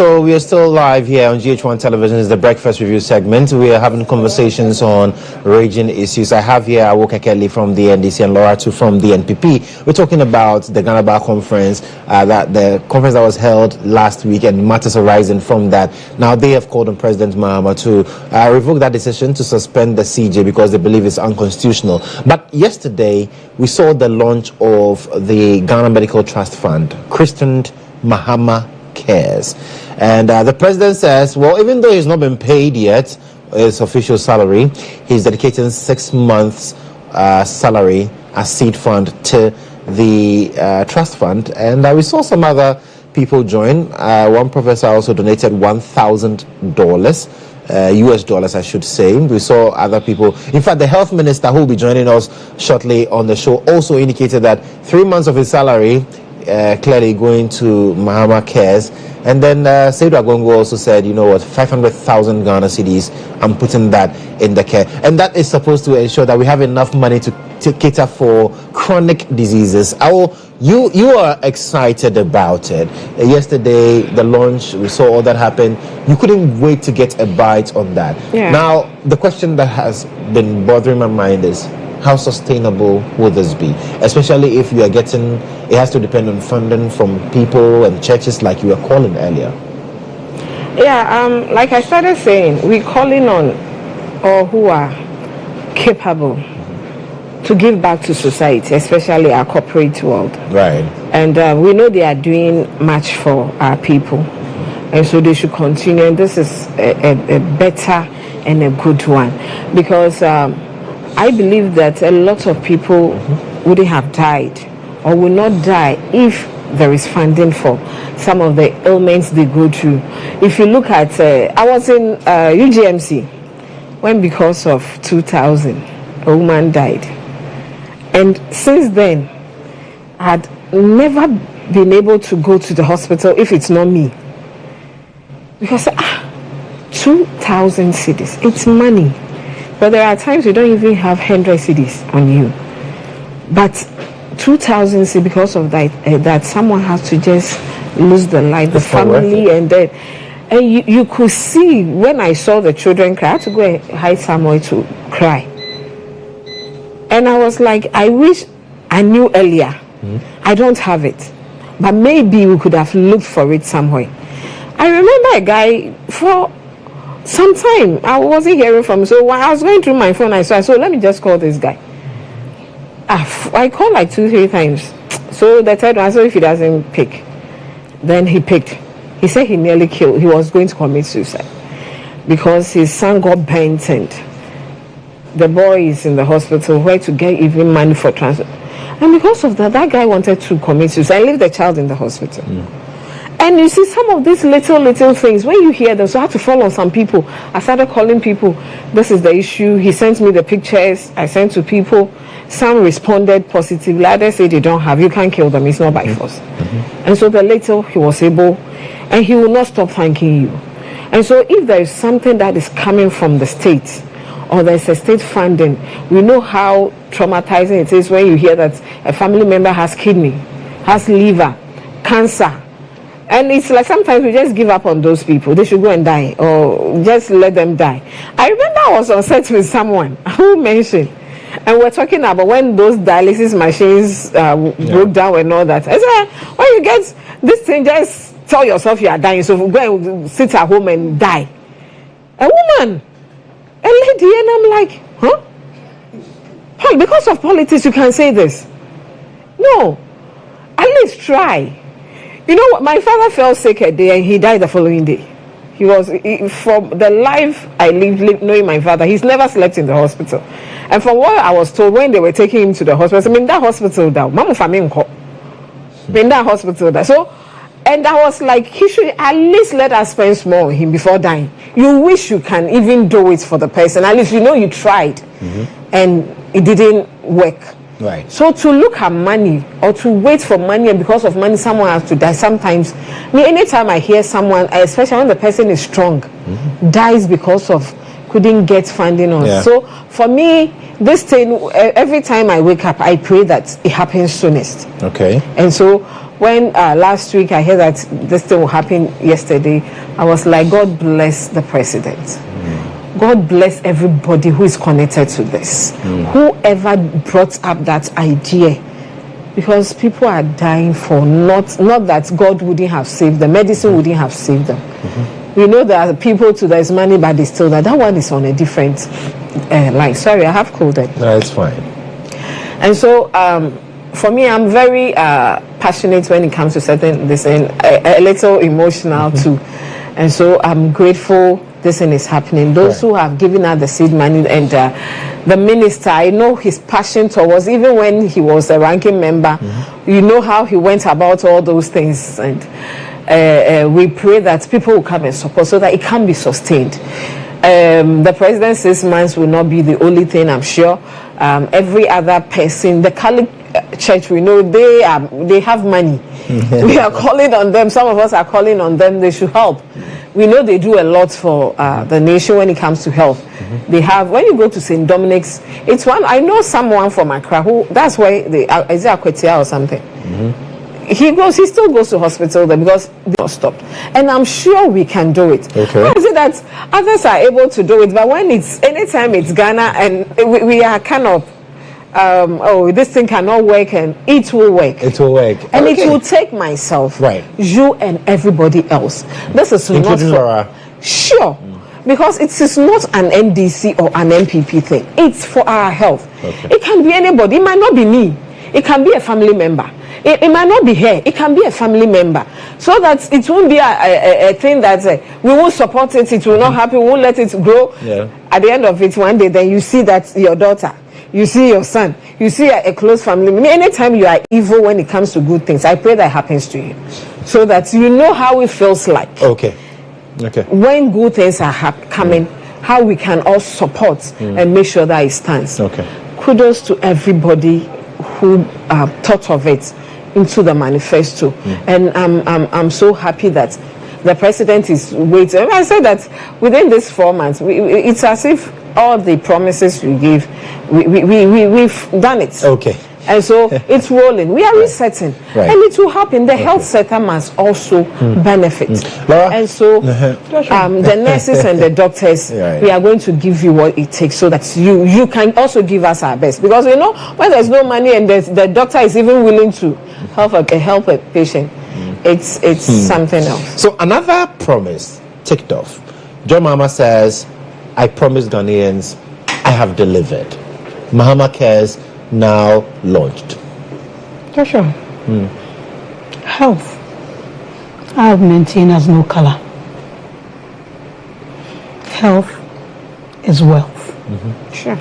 So anything, any intervention, any policy that is introduced to enhance the health of citizens must be applauded and supported. I like the way Awo is talking now. I wish they had spoken like that when the health insurance bill was being passed in Parliament. But that's water under the bridge. These chronic diseases, in other words to non-communicable diseases, are like a death sentence. You have them for life. Gone are the days where those diseases were for a certain age bracket, was for a certain group of people with a certain lifestyle. So those days when you hear someone has a kidney disease, it's either they are taking too many concoctions or they are taking too much alcohol. Someone has blood pressure, they are due for retirement or it's after retirement because of accumulated stress. Now children, neonatals are being born with kidney diseases. Sadly.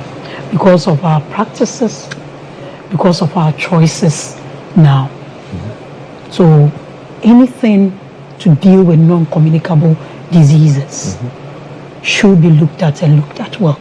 I remember in the early 2000s, that was still in the realm. President Kufuor, I think late Major Courage Kwashiga was minister then. The regenerative health program was introduced. You remember those days, they were looking at regulating gyms, promoting exercise, promoting healthy living, because we're in the realm of lifestyle was the one causing these things. Sure. There were even trips organized to Dimona in Israel. But government changed. I don't know the state of that program now. Fast forward. I mean, there'll be a number of health policies. And I want to believe this speaks to the current health policy. I don't know. I think the current one is 2020 or so. The current version is 2020. I want to believe it speaks to it. Because health is a kind of system that you can't do things in a vacuum. It will fail. These are also on the essential list of the 2022 to 2030. Now, also been affected. The active age bracket is actually the one suffering. If you take something like dialysis, public hospitals are charging over 700 cedis per session. Yeah. Private hospitals are charging 1,000 cedis to 2,000 per session.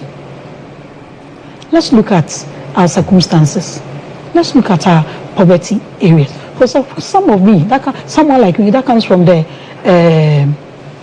one of the poorest regions in this country. It would be sacrilegious for me to speak against such a move. Yeah. But we also need to look at the sloganeering our compatriots did it. What did you say the name of the MahamaCares. Why is it MahamaCares? What's the name of it? It's Ghana Medical Trust Fund. Exactly. So let's stick to it. Right. So that everybody contributes to it. I mean, let's be realistic. Political mistrust, political advantage plays in our daily decision making. So it's the Ghana Medical Trust Fund. Let's all own it. But let's go to the sustainability question you asked. Yeah. There's something going to come from government allocation. Yes. We know government is overstretched. There's something going to come from NHIS. The uncapped part. Uncapped part. Yes. We know that is overstretched. You're going to put in application processes. We know what application processes have done to fantastic policies. Let's look at the management of it properly. Don't let us put the cart before the horse. Let's have some of these things well defined. Right. The health sector doesn't work in a vacuum. I think it should also be institutionalized. There are some over 20 agencies under the health ministry that are running over each other for resources, for funding. But in all this, in the suggestions of training more specialists, which is fantastic, we need to take time and also work on attitude of health workers. If you've been in any of our public hospitals, if you've been in any of our care, and also I will urge, we also need to take a key interest in how our referral policy is implemented. Let's commit to that. Because look, you go to UGMC, that's supposed to be a quaternary hospital, the highest level of healthcare. The people are supposed to be actually doing the thinking, the experiments, the innovations, dealing with headaches, primary healthcare issues that should go to a CHIPS compound, issues that should go to a health center, issues that should go to a polyclinic, district hospital. Let's also commit in all this. When attitudes work, referral policy works, let's also look at our pre-hospital and emergency care. It shouldn't just be about the talk. It shouldn't just be about the policies. I believe if we do a Google search of policies in the health sector, quite numerous, we may not be able to roll it down. So it's a good initiative. Okay. So let's not politicize should we be expecting the NPP to also contribute to it? Contribute? Why shouldn't we? To the Ghana Medical Trust Fund. I'm just we asking. won't behave like the way they walked out with the health insurance bill. I doubt if Minority Caucus will not. There's no official communication, but I doubt in good conscience and what the NPP believes in the minority, unless there are some issues that will not augur well to the people of Ghana. But I doubt an intervention to improve health, an intervention to ensure a healthier workforce, I don't think the New Patriotic Party and what we believe in will go against such a But policy. talking about the New Patriotic Party, and I'm bringing us to our next topic that has to do with the Thank You Tour and matters arising. We had Kennedy Japan says he's withdrawn because of an unfortunate incident that happened not with the tour but alongside somewhere. But then the matters, party communicators, I've had communicators in the studio have a conversation, and people are divided in your party on opinions already. Some say it's a good thing because then democracy is thriving. But what does that mean to the unity that the party seeks ahead of 2028? Joshua, the New Patriotic Party has always been known to be champions of democracy. How do we define democracy in our local parlance? Kebi mamin kebi. Right? Country. Yes. It's kebi mamin kebi. And some people have a problem with that. Don't also forget that even in families, people have interests. It's a business of interest.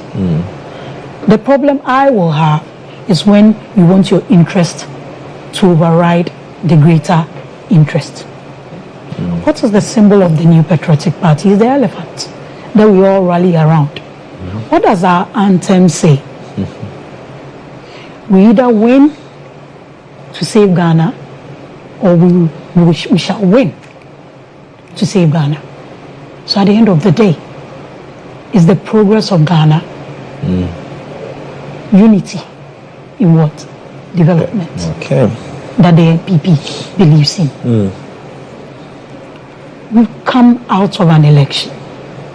There's a lot going on. There's a lot being said.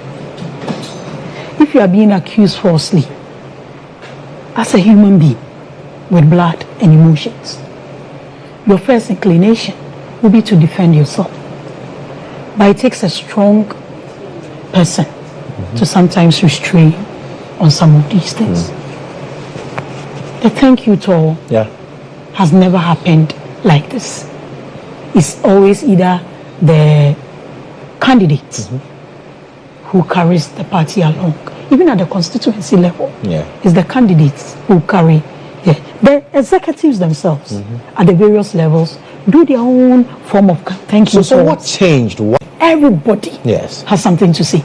But so how you manage it? I've been doing this since 2004 when my father contested for primaries. My father is no longer in politics. I'm sitting here now. I had people who went against my father. But there are some of the people that when I need to express something about the party, there are some of the people that I had friends who went against my father. But at the end of the day, what's the interest? Okay. The interest is the New Patriotic Party leading this country and making Ghana better. Okay. Because the NDC can and has never been the alternative. And we are seeing it in less than 4 months. So with Kennedy Japan deciding that he's withdrawing from the Thank You Tour, does it affect the tour? I haven't. When the Thank You Tour was decided, there was an official communication by the General Secretary of the party. There were official. I haven't seen any official communication with regards to what. And the incident that happened yesterday, crime has no color. True. Crime has no sides. If someone stabbed another person, let the police deal with it. And this attitude of people thinking, that is what we did. And I had cause to say after our defeat, whether you stayed in and worked, whether you stayed out and pissed in, whether you decided not to lift a finger, as long as you stay a member of the New Patriotic Party, we all lost. Okay. Irrespective of the rule. Nobody is going to say Mr. A of MPP is responsible. We are all responsible. I may have said something in my course of communicating for party that put someone off. It's only a difference of 1 vote, 50 plus 1. So let's all come together. Those who think there's an impending contest, so they should mar the perceived opponent. At the end of the day, it's your own speeches that will be replayed to you. Joshua, if you are my brother, and I come out and say, my brother is not responsible, and Awo, who is your friend, comes out and say you are not responsible, if you are being judged, whose word will be used? Will be my word. Yes, because you're closest. We are close. We are close. We are blind. What fight are you talking about? Right. But whatever affects them affects us because we are into this together. Unfortunately, they are rather not an alternative for this country. We saw what they did to us 8 years in this country. And so if they like, they should choke themselves. If they like. Because honestly, I'm enjoying what is happening. Said what happens to us affects them. And I should say we should choke ourselves. No, but so madam. Their president cannot. What is happening? I'm excited for flag bearer. Say that one. I am excited. You're excited about the infighting in the MPP? When I saw that Abronye and the showdown one, yes, I laughed the whole day. Oh, but you saw how they came back together. Exactly. I didn't see that one. That one. You only saw the showdown, and I'm so much interested in that showdown. Right. But it's unfortunate. No matter what happens, when there are hierarchies, we should learn to respect our elders. And it's with us Ghanaians, and this is our body politics. People don't want to discipline. Yeah, people don't want to be disciplined at all, and they don't want to respect age. Honestly, if not for anything, Abronye has no right. It was just. I would have been surprised if Kennedy hadn't responded that way. Okay. But when he started, I was like, who is this guy? After party. No, honestly, I need to, so you can send it to me. Yes, I'll send you the after party. No, but for me, it is bad. Okay. Me, when growing up, I was very stubborn. And do you know one thing I always do? You know, we are Kidnappings. We know how to say sorry. Is that why they are not appointing you? Maybe. Because all her colleagues have been appointed. She's the last woman standing. No, John Mama still has some appointments. Oh, really? Which one? Lantam is gone now. That was not John Mama's Lantam was sitting on this set with her. Can I continue? But John Mama, Lantam is not a member of the NDC. Oh, of course. Yes. No, somebody says we want to believe that. No, he's not. Somebody says that maybe doing it from behind is better than from the front. No, but it's clear that not everybody in the NDC can be appointed. So, but not someone like Awo. Okay. It will happen. It will happen. This is injustice. The injustice that she's talking about. No, I thought today she was going to spend it on me. At a point, I thought she had been.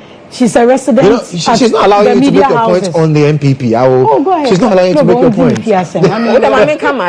So let's land on that. The national chairman says the president cannot work because people are already jostling to Can I continue? You have the floor. Don't allow Laura to take So the indiscipline in our body politics, honestly, President I wish we can deal with it as leaders and whatever in our parties, because for me it's not the best. No matter what, you can talk in-house to your people. Yes. For me, when I get you on platforms, I can say whatever.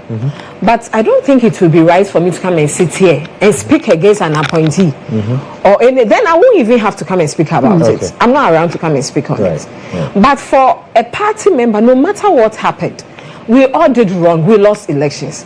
You can't even blame one person for whatever happens. 2016, we went into a lot of, they called me committees. We all sat, we spoke. Even before then, some of us spoke our minds on platforms. And people we feel that we can speak to. Others took it in good faith. Some people wouldn't take it. Some people will not even talk to you until now. But it's fine. We don't need to be friends. Yes. For me, I always tell people, I don't need to be your friend to work with you. But for me, discipline and respect must always go ahead of anything we do as a collective.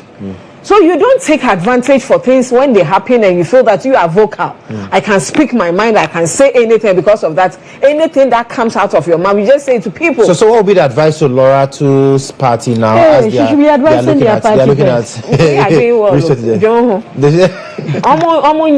if the disrespect should stop. The president is just I'm happy. People are already jostling to succeeding. I'm happy Kennedy have decided to leave No, The you Thank know You that for Tour. a fact. No, he said it's- he told it's- Baumia that he's pulling Oh, out really? the Thank You Tour. For Yes, me, he's done when that. I saw it, for me it was I'll a good confirm thing that. because when anything from now, things happen. but- Yes, Right. And I should bet me akufa bibi ebe Oh, but Okay. what I'm trying to say is Yeah. you absorb the blame The leadership of the and party. make sure that you sit down. Okay. Whoever tries to misbehave, sanction the person Very unless you don't want your party to bounce back Very strong. well. Other than that, we enjoy that these people they are not even proper for Ghana. So if they will not come Sure. back, the better for us. Okay. At least we are resetting. And you see the good work we have started. They are rewinding. 3 for 4 months. They are just scared. Thank They you. are rewinding. We'll Thank make you. sure they stay 30 years. Rewind so much. 30 years in the position. in opposition. Setting Okay. government. So they All are right. just Joshua, but just a quick one. Thank you. Just a Quick quick one. one. Quick one. What, Quick one. in all that, This in all is that my she daughter. said, No, right. at the end of the day, Right. those of us in the New Patriotic Party should know that the elephant is the Also, rallying only the point. channel. Okay. You get it. Okay. And also, Theater. whatever report has come out, it's like the health status of our party. Let's adhere to it. Nobody puts their health status Out. in the public. Right. Let's look at it. And you told us to print do ours. what we did. Take the medications that we. You told us to bring take ours the out. medications that they are supposed to. We are all supposed to take. They do, Make so sure they're that- we rescue Nobody this- puts it That's out. We fine. rescue That's this Those fine. country ones from we this have seen. real- Okay. Post them. I will please. Yeah, today is my first daughter's birthday. Oh, wow. She's Happy 30 birthday years to too. her. So also, Your phone's like 30 years. Yes. Amazing. And I'll be a grandma. Why you are age Okay. mate? Thank you. Thank you I'll be so a much. grandma, so I wish her she's Abigail. Oh, Kanti. wish her well. I wish her a very, very, very Abigail, best enjoy of your the- day. Another 40 year, 60 years, 90 year. Okay. Yes. 60 Why we years. get to 90? Oh, So happy birthday. Yes, I will break Happy her. birthday to your And daughter. one prophet who Right. cherishes Abigail. me so much, Okay. Prophet Emmanuel Piriafe. Okay. God bless him. Sure. He will call me, he will pray for me, send So, me man of everything God, that I need we to thank see to you. him. God We thank bless you. him God and make bless him you. great. Amazing. Thank you so much, ladies, for joining us for the Breakfast Review segment. Awoke Kelly is a member of the NDC's communications team, and Laura too, Musa Saka is also a member of the NPP's communications team. Ladies, thank you once again. And after this, we'll go for a quick break, but then the health minister is ready. We'll have a conversation. We'll talk about MahamaCares, or like Laura too said.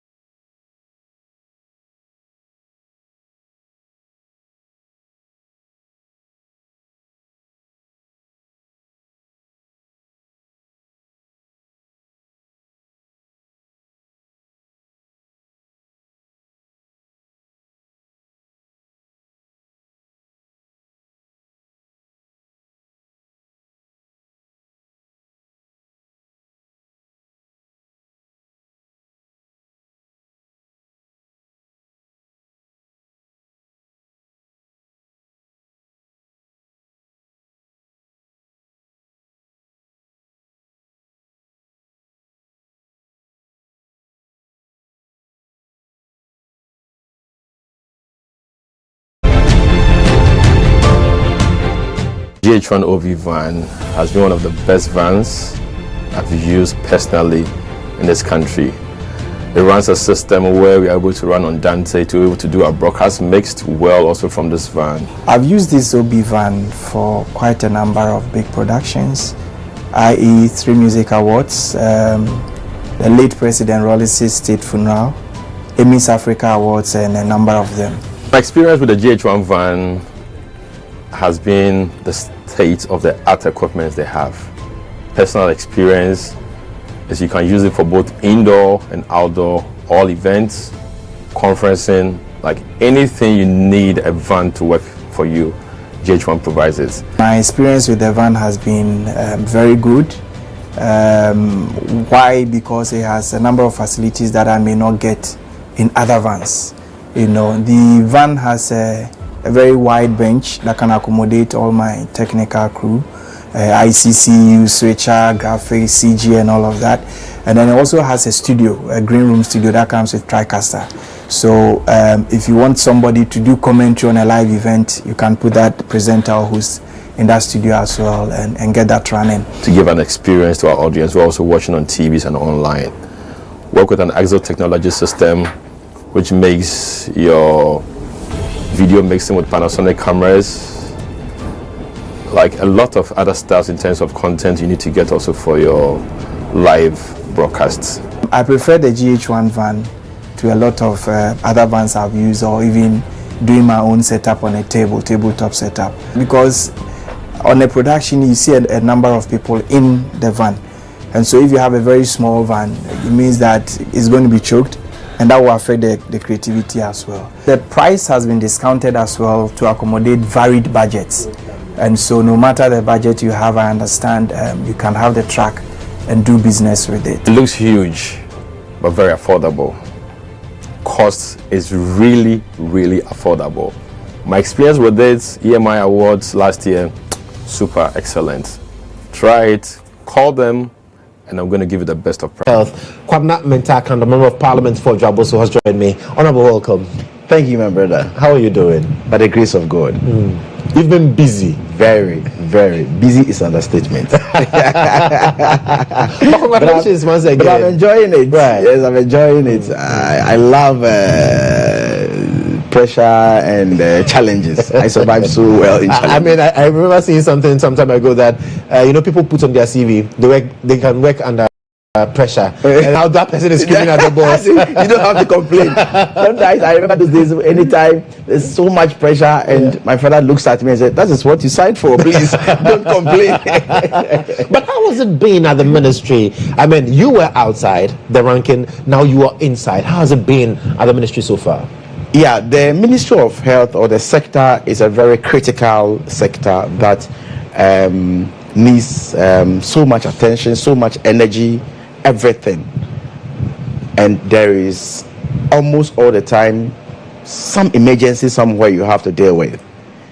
And so it's been good, it's been challenging, and every leader and his or her style.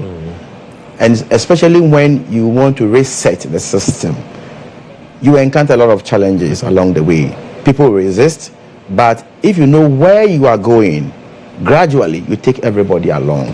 And so it's been good. You have received. Deal with the issue at Tamale Teaching Hospital. Yes, you say that now that has become the baptism of fire. Anyway, so it's one of my styles. Right. Even when I was in opposition as a ranking member, I used to pay surprise visit. You did that to Kolebu? Yes, I did that in Kolebu. Yeah, I did that at some abandoned health facilities and all that. So it's one of my styles that I do not want to sit in the office alone. Right. I want to have a feeling of whatever is going on the ground. And I will want to know how Ghanaians assess healthcare, what they go through, what they see. Everybody and his or her style. There have been various styles that have been used, and for me, if you want to do the same thing to get different results, that will be problematic. Yeah. And so once a while, and I'm not going to stop anyway. Once a while, I will want to go to the grounds and see for myself what is happening there, and then try to see what we can do to change the system, to reset the system to take everybody along. And That's what we are doing. And I know that after the doctors called off their plan or the suspension of services, you engaged them again. Yeah, so, I did. Well, what are the state of issues now? Oh, it's now they are back fully and they are working, and we are all on the same page. We are working together. Some of these things I expected, but you see, you know me. I am very passionate about what I do, but you cannot tell me that I disrespect people. That can never be said about me. I respect people. I'm humble, but I'm very passionate. The work must be done. Maybe at some point in time you may not understand me, but it's my responsibility to get you along. Right. And so, if it must be done, when you listen and the people want you to do something, you respond to their call. Right. You understand? I have realized that this has become very popular with the people, and the people want the minister to know what we are going through. You understand? When I go to places, sometimes I don't use private, washrooms. I use public washrooms. Wow. You understand? That is me. I've been a deputy minister before. I've been a member of parliament. This is my 4th term. I've been a ranking member. I don't remember the last time I even used a VIP when I'm even traveling outside the country. No. It's me. Right. Everybody and his style. Okay. I was born down there, from a very humble beginning. It's not like something I'm forcing myself to do. That's me. That's been part of me. Right. My father was not a minister. My father was not a president. So this is how I was born and bred. Right. I can't change from that. Okay. And so I would always want to see what is down there. And then it's not like, okay, the minister is coming here today, so everybody will go and tidy up the place, they will clean. No. That's not what I want. Okay. I want to see what the people go through all the time. And there are challenges. And you see, taking it from here, let me make this point strongly. Okay. That our health professionals are working under immense challenges. I can assure you. Going through a lot, and they sacrifice a lot for this country. Right. Can you imagine when the disease is coming and everybody's running away and they call them the frontliners? Everybody's running away. COVID, you remember? Yeah. Everybody was running away. People didn't even want to come out. But they are meeting the disease. People are working at places where there is even no electricity. Somebody who was born and bred in Accra, who has schooled his life in Accra, has now been posted into a village where there is no electricity, but he's there working, saving lives. Right. So we must begin to do more than we say. Opinion leaders in various communities must show concern about the welfare of our health professionals in our communities. People go to places and they don't even have a place to lay their heads. These are the things the chiefs, the members of parliament, the opinion leaders in communities must begin to concern themselves with. Because irrespective of who you are, when you interested, keep doing and talking about that opportunity, yesterday a program was launched, the Trust Fund, christened MahamaCares, and we saw that it's also an opportunity for us to also contribute. But talk to me about the Trust Fund itself. What is it about? Good. So the Trust Fund is a solution to a prevailing health challenge. Okay. At the moment, as I speak to you now, the non-communicable diseases are becoming a monster. About 43% of our mortality in this country is attributable to non-communicable diseases. So if you're a leader, you pause, wait a minute, how do we deal with this issue?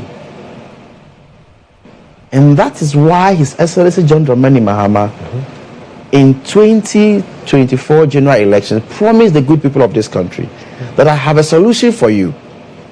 We have other diseases being taken care of by the National Health Insurance Scheme. But these ones we are talking about, the cardiovascular diseases, the cancers, the kidney failures, they are very expensive to handle.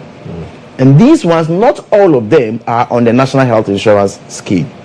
And so he is bringing a new solution, because if we decide to put everything on the National Health Insurance Scheme, we'll collapse the scheme. We'll collapse the scheme. Right. And so he thought of establishing a fund where we'll use that fund to subsidize the treatment of these non-communicable diseases. And so we'll be looking at how we can get money into the fund. Now the policy document is ready, the bill is ready, it's been launched.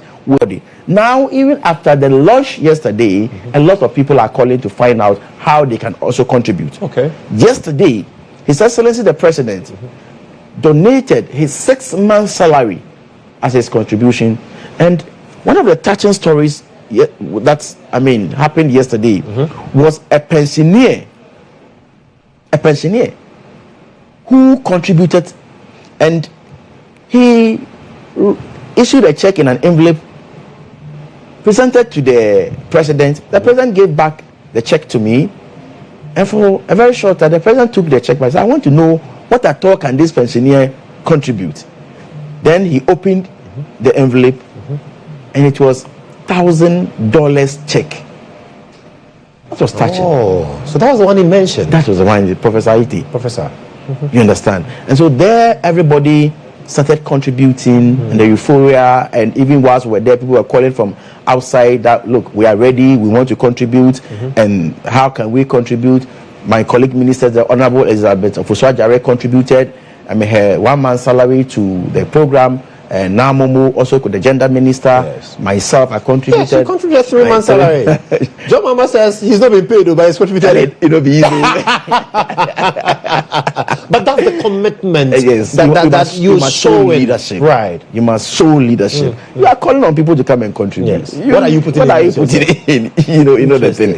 And so we will be announcing a short code. The short code is actually ready, but it must take 72 hours after the launch to be activated. And unfortunately tomorrow is holiday. Yes. But we'll start announcing it probably tomorrow. On Friday we'll continue, and we'll invite more contributions. People have called me. Everybody is ready.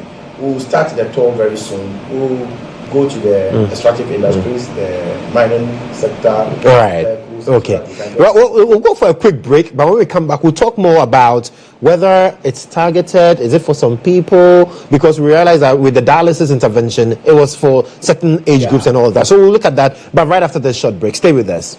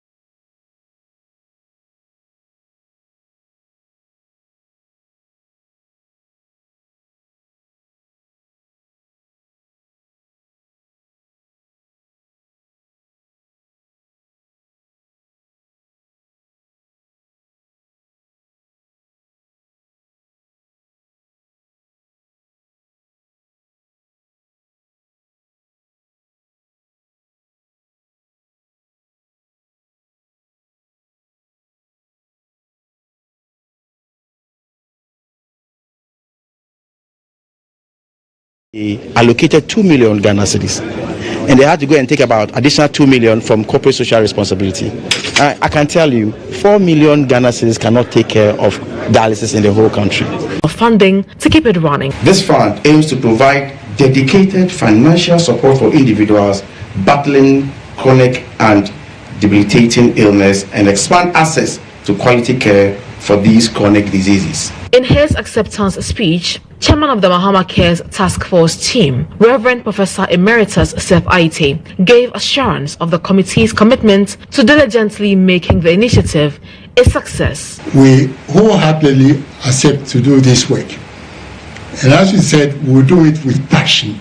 We'll give it all our heart, mind, soul, spirit to alleviate the great suffering of people in this nation. The technical task force is to develop a robust policy and legal framework to establish MahamaCares as a statutory entity, design a sustainable funding model to ensure the fund's viability for generations, establish clear and transparent eligibility and disbursement criteria to guarantee fairness and efficiency, and evaluate the current healthcare infrastructure and suggest improvements to ensure accessibility.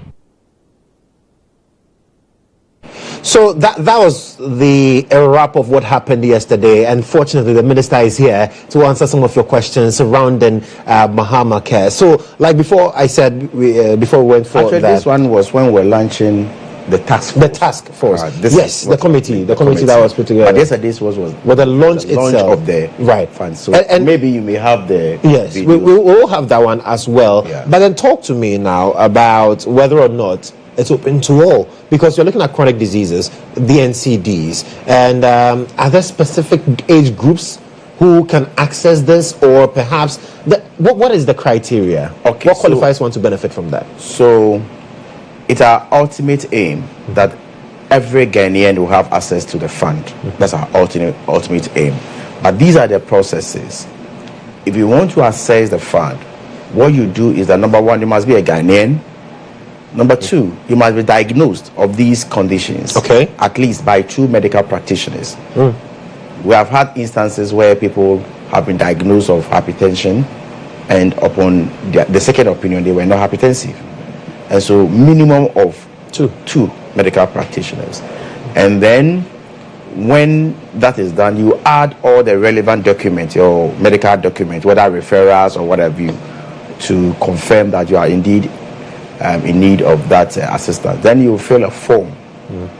When you fill a form and you submit, maximum 2 weeks, you must get your feedback.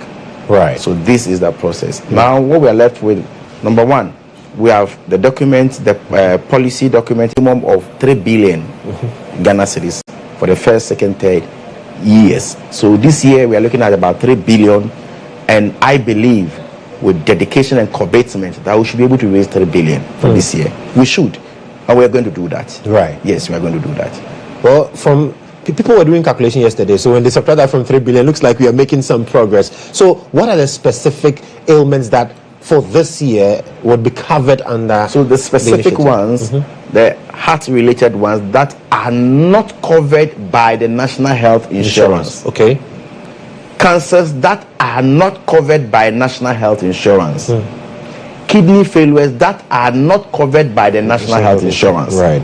So those ones that are not covered by the National Health Insurance, then the MahamaCares comes in handy. Does that include leukemia? If it is not covered by the National Health Insurance, why not? We'll look at it. Then MahamaCares, yes, it's an so avenue. These are the, and there's no discrimination age. No. It's not discriminatory at all. In fact, who ask you where you come from, or no. So whether children, adults, so long as the condition and you satisfy all the criteria, why not? You will. And we are looking at expanding it in future to be looking at more other things. We are looking at how we can even do a research to tell us why, because about a huge percentage of those who fall into this bracket are the most energetic wing of the population, 18 to 45 years. Yes. Why? So there must be something. And a testament a lady gave at the program, she thought that this disease was for the rich. Ignorance. So awareness, sensitization. We are looking at how we can even deal with it at its early stages. We don't wait till the complications before you come in with MahamaCare, but we are looking at how we can take care of it even at the primary health care level. And as you know, we are going to roll out another one which is called the free primary health care. Okay. So if you are sick and you go to the CHIPS or the health center, you'll be treated free of charge. So we'll get to a point where you see people even in the market taking the temperature or the pressure or the sugar level of people. There are a lot of people in the streets who are hypertensive, but they don't know. True. Who have sugar. Free dialysis, yet there was not dedicated source. So this one, we are getting a dedicated source. But then, like you mentioned, the cost involved is very high. Big. So it's not just uncapping the... we will not be able to just sort it all out. And that's why we are inviting hands. Yes. But then, are we just going to depend on that? No, that's what I'm saying, that the National Health Insurance is statutory. So a certain percentage is coming anyway. That's it. Now, in the law, we are looking at Government of Ghana putting something in per every budget we read. So you put something in it. We are looking at the extractive industry we are looking at the fine details will come when we pass the act. Okay. So we are sure and we know what we are doing, that it is a reliable sources of funding, so that it's reliable, so that we won't get to a point where we say we don't have money for these. Because that's the fear, that we start beautifully, people, but what if people stop committing financially to it? There will be some minimum, some basic ones that will rake in every year. And I believe that when Ghanaians begin to know how important it is, how transparent it is, how accountable we are to the people, they will love to give more. I'm clear in my mind. So those mechanisms for accountability have been put in place. Clear. Interesting. So I'm still having a conversation with the Health Minister, Kwabena Mintah Akandoh. We are talking about the Ghana Medical Trust Fund, which was launched yesterday, MahamaCares, it's christened, and how it's supposed to be a game changer in the health sector, especially because we've had so many incidents of persons who are suffering from these diseases, chronic diseases, and then do not have the means to be able to cater for treatment. And this has come to be able to alleviate their woe. So a lot of people are... And you see, this is not far from anybody. Right. Yesterday, the president narrated how close these diseases have come to him. His father, his mother, his close allies.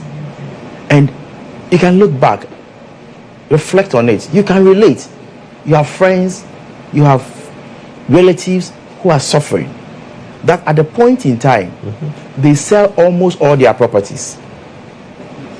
So this disease, when you are confronted with any of these conditions, there are two things. You are either dragged into poverty or you are dragged into the grave. If you have to shoulder the burden alone, it's heavy. But if we all come together to share the burden, it lightens it. You know, everybody in this country can relate. You know somebody who is diabetic. You know somebody who is hypertensive. You know somebody who has died as a result of cancer. You know somebody who has died as a result of heart attack. You know, so we need to come together. It is killing all of us. All of us. You don't know who will be part of the 43%. Will it be you? Will it be your brother, your friend? This is the say that there was nothing like national health insurance and all that. I have been the ranking member on the health committee for the last 7 years. And what really happened was that, you know, at a point, I was at the forefront of fighting for people with dialysis, kidney issues. You remember Kolebu issue, I had to pay a surprise visit there and all that.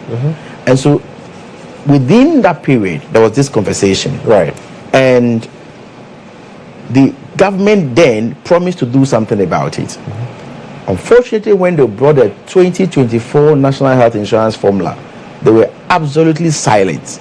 And so the committee then insisted that a provision must be made for dialysis. Right. You remember at the time we were saying that Kolebu owe about 2 million Ghana cedis, and that was why they closed. You remember those conversations.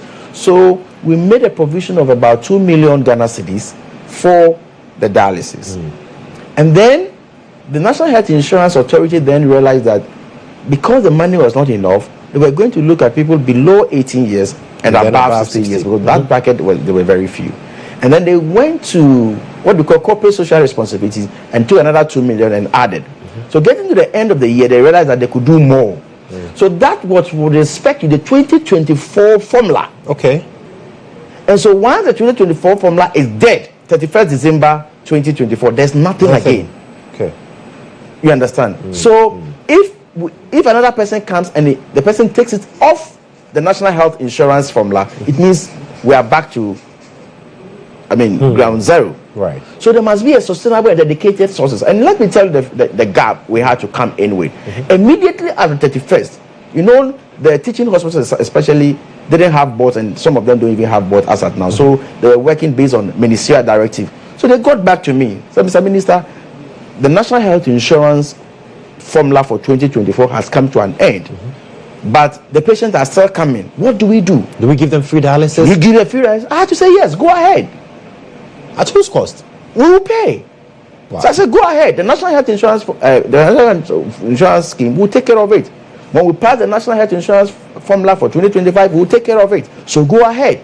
That is how we have implemented it up to today. So that it's not like they left some money. There was some reliable source of funding for it anyway. This is what we are doing today, so that it will not be subjected to somebody's discretion to either absorb it or not, or to put it on the formula or not. So now that we have a sustainable source of funding, then we have a whole policy, we have a whole package, we have a whole program to run, and the criteria will be clear as to who can assess and how you can assess it. Now, sector players is a legitimate, because at the end of the day, if the ordinary Ghanaian falls sick and he goes to the private facility and he gets treatment, he's a Ghanaian. Yeah. What is important is that quality healthcare has been delivered. It's a legitimate concern, and so we'll raise some of these issues. I mean, taxes on consumables. And yesterday, His Excellency made a point that we are going to invest in the pharmaceutical industry where they can produce some generic medications in the country to bring the cost down. So that's another angle he's looking at it, so that the cost will not be as much as being, because currently we are importing so much, and the import also has its own challenges. Less than 30% of our medications we consume or rely on are produced locally. 70% are imported. So much. You go to other countries, about 80% are locally manufactured. Quite recently, I had a discussion with the Moroccan health minister in my office, and some of the things they are doing, Charlie, you know, and so we'll live up to expectation. So we'll do our best. So, MahamaCares, I'm interested because, like you said, it affects every single person of us. The NCDs, I have had some stints with the NCD Alliance. I've done some work with them, and when you realize the closeness of the condition and how it takes away life from the victims, you realize that it's something that we need to really talk about. So, what would be your word to corporate Ghana watching us now, and the need to be a part of MahamaCares? Corporate Ghana must know, and they know, that there is a direct correlation between healthcare, between the health of their workers, between the health of their consumers, between the health of their clients, and productivity. And so, if they want to get more, get the people healthier, invest in healthcare, get the people active, get the people healthier. And that is the only way you can get higher productivity. So productivity and the health of the individual, the health of the citizens are interlinked. It can never be separated. And so we must deal with it. And these are the diseases that are killing the people. And we lose so much when they die. Can you imagine when you have invested in somebody so much? He's a professional, he's a professor, he's a doctor, he's somebody, he's an engineer. The company has invested in him. He's traveled all over, and all of a sudden, a chronic disease takes that person away. You've lost so much.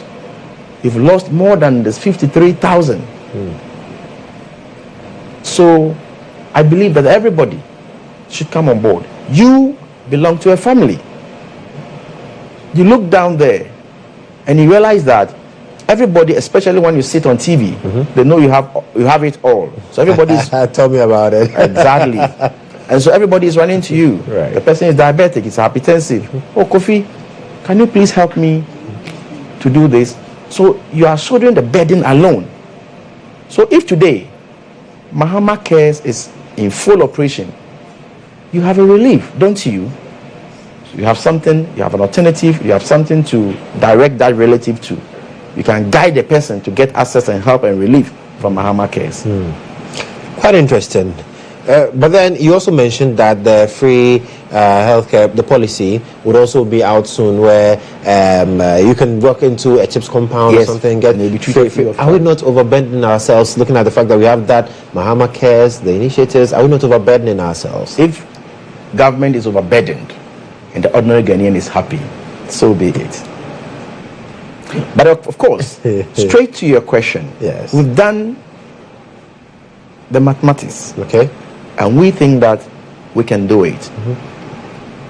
In any case, every Ghanaian is contributing to national health. We're thinking about the health security of this country, how we can arrest pandemic, how we can arrest epidemics and what have you. We are getting there. And we have policies to that effect, how we cannot be taken by surprise all of a sudden there's COVID and we are running helter-skelter. We must be ready because it will happen again. Right. We are not praying for it, but we don't know when. We cannot tell. We cannot tell when. We just should be ready. We should be getting there. Okay. And once you are able to take very good care of your NCDs in your country, you look at it at its early stages, the preventive aspect, the awareness aspect, you realize that when there is any pandemic or epidemic, the toll will not be much. If you recall, during the outbreak, COVID pandemic, yes, you realize that the risk was those who had this NCDs, underlying conditions. Yes. You remember? I do. So if you're able to handle it well, even if there's a pandemic, the risk will not be that very high. You understand? So that is where we are going. That's where the vision is going. Gradually. Right. Now, you mentioned earlier that in your checks at the various institutions, when you visit them, you realize that our health professionals are doing so well with the conditions that they have been subjected to. Is that enough reason for them to also embark on the exodus that we are seeing, the flight of health personnel from the country? That's another area altogether. Okay. That is not the only factor. When we think about health professionals leaving this country, it's a multifaceted issue. Okay. They live in the country. They are affected by the economic conditions. And so he looks at his salary and he cannot do much because of the prevailing economic conditions.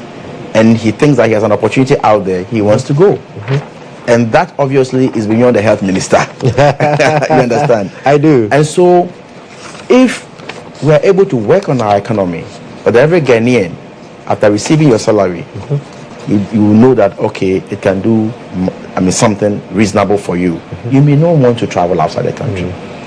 Number two, the hopelessness in the system. And I'll give you a typical example. I spoke to some health professionals that looked into my face and said, look, I have been a lecturer, I have been a consultant, I have been in the consulting room, a medical doctor, I've worked all my life for this country. I got money and I invested this money in my country. And now you tell me that because of DDAP, I've lost my money and you want me to stay in this club. I've been posted to this facility. Basic equipment, I don't get job satisfaction. You understand? So there are lots of reasons. So we are trying. Okay. We will have to think through it together. And then we see how we can complement each other, build on what we have come to meet, and then try and get the best healthcare for our people. Nurses, for example, we have a lot of them at home. Many. I'm posted. 2021, they are home. 2022, they are at home. 2023, they are at home. 2024, they are at home. And you described this when I interviewed you at the launch of the health report, that this is a ticking time bomb. Yes, we are sitting on a timing bomb. So if we don't think outside the box to be able to get these young ones employed, we are sitting on a time bomb. And you see, the truth of the matter is that we cannot employ for employment's sake. If you employ, you must pay them. Yes. It has direct consequences on the public purse. So even if we decide to recruit the maximum, the optimum workforce, health workforce in this country, we'll still have excess. Right. How do you deal with that? So that is what we are dealing with at the moment, where you remember the Barbados story. Yes. So other countries are now coming. We've spoken to quite a number of them. How we can, because we spend a lot training our health. Yeah. So how other countries who need them can also come on board to help us train them. And then we do government to government negotiations. Right. We don't leave them to their fate. Right. So government then takes charge of the migration. we have to facilitate the migration. Very well. And then we seek for good conditions for our citizens. And then they begin to know that, look, government is showing concern, so that if they go to other countries, the people there will know that, look, their governments are watching whatever is happening to them. So they'll be very careful. They'll be careful how they handle Very them. well. And so we are looking at all these things. So that's why I tell you that from where I sit, a lot of things. And you cannot ignore any of them. They are all very, very important. I have more than 80 unions under the health ministry. I don't envy 80. you. I don't envy you at all. 80 associations. More than that. Yes. You know, more than that. And you are dealing with, you have the GMA, the nursing and midwifery, the allied, the allied, when I met them 3 days ago, even within the allied alone, they had about 19 associations within the allied. Mr. Minister, God grant you strength. But so you need to be able to work with them, to understand you, what you go through, and the conditions.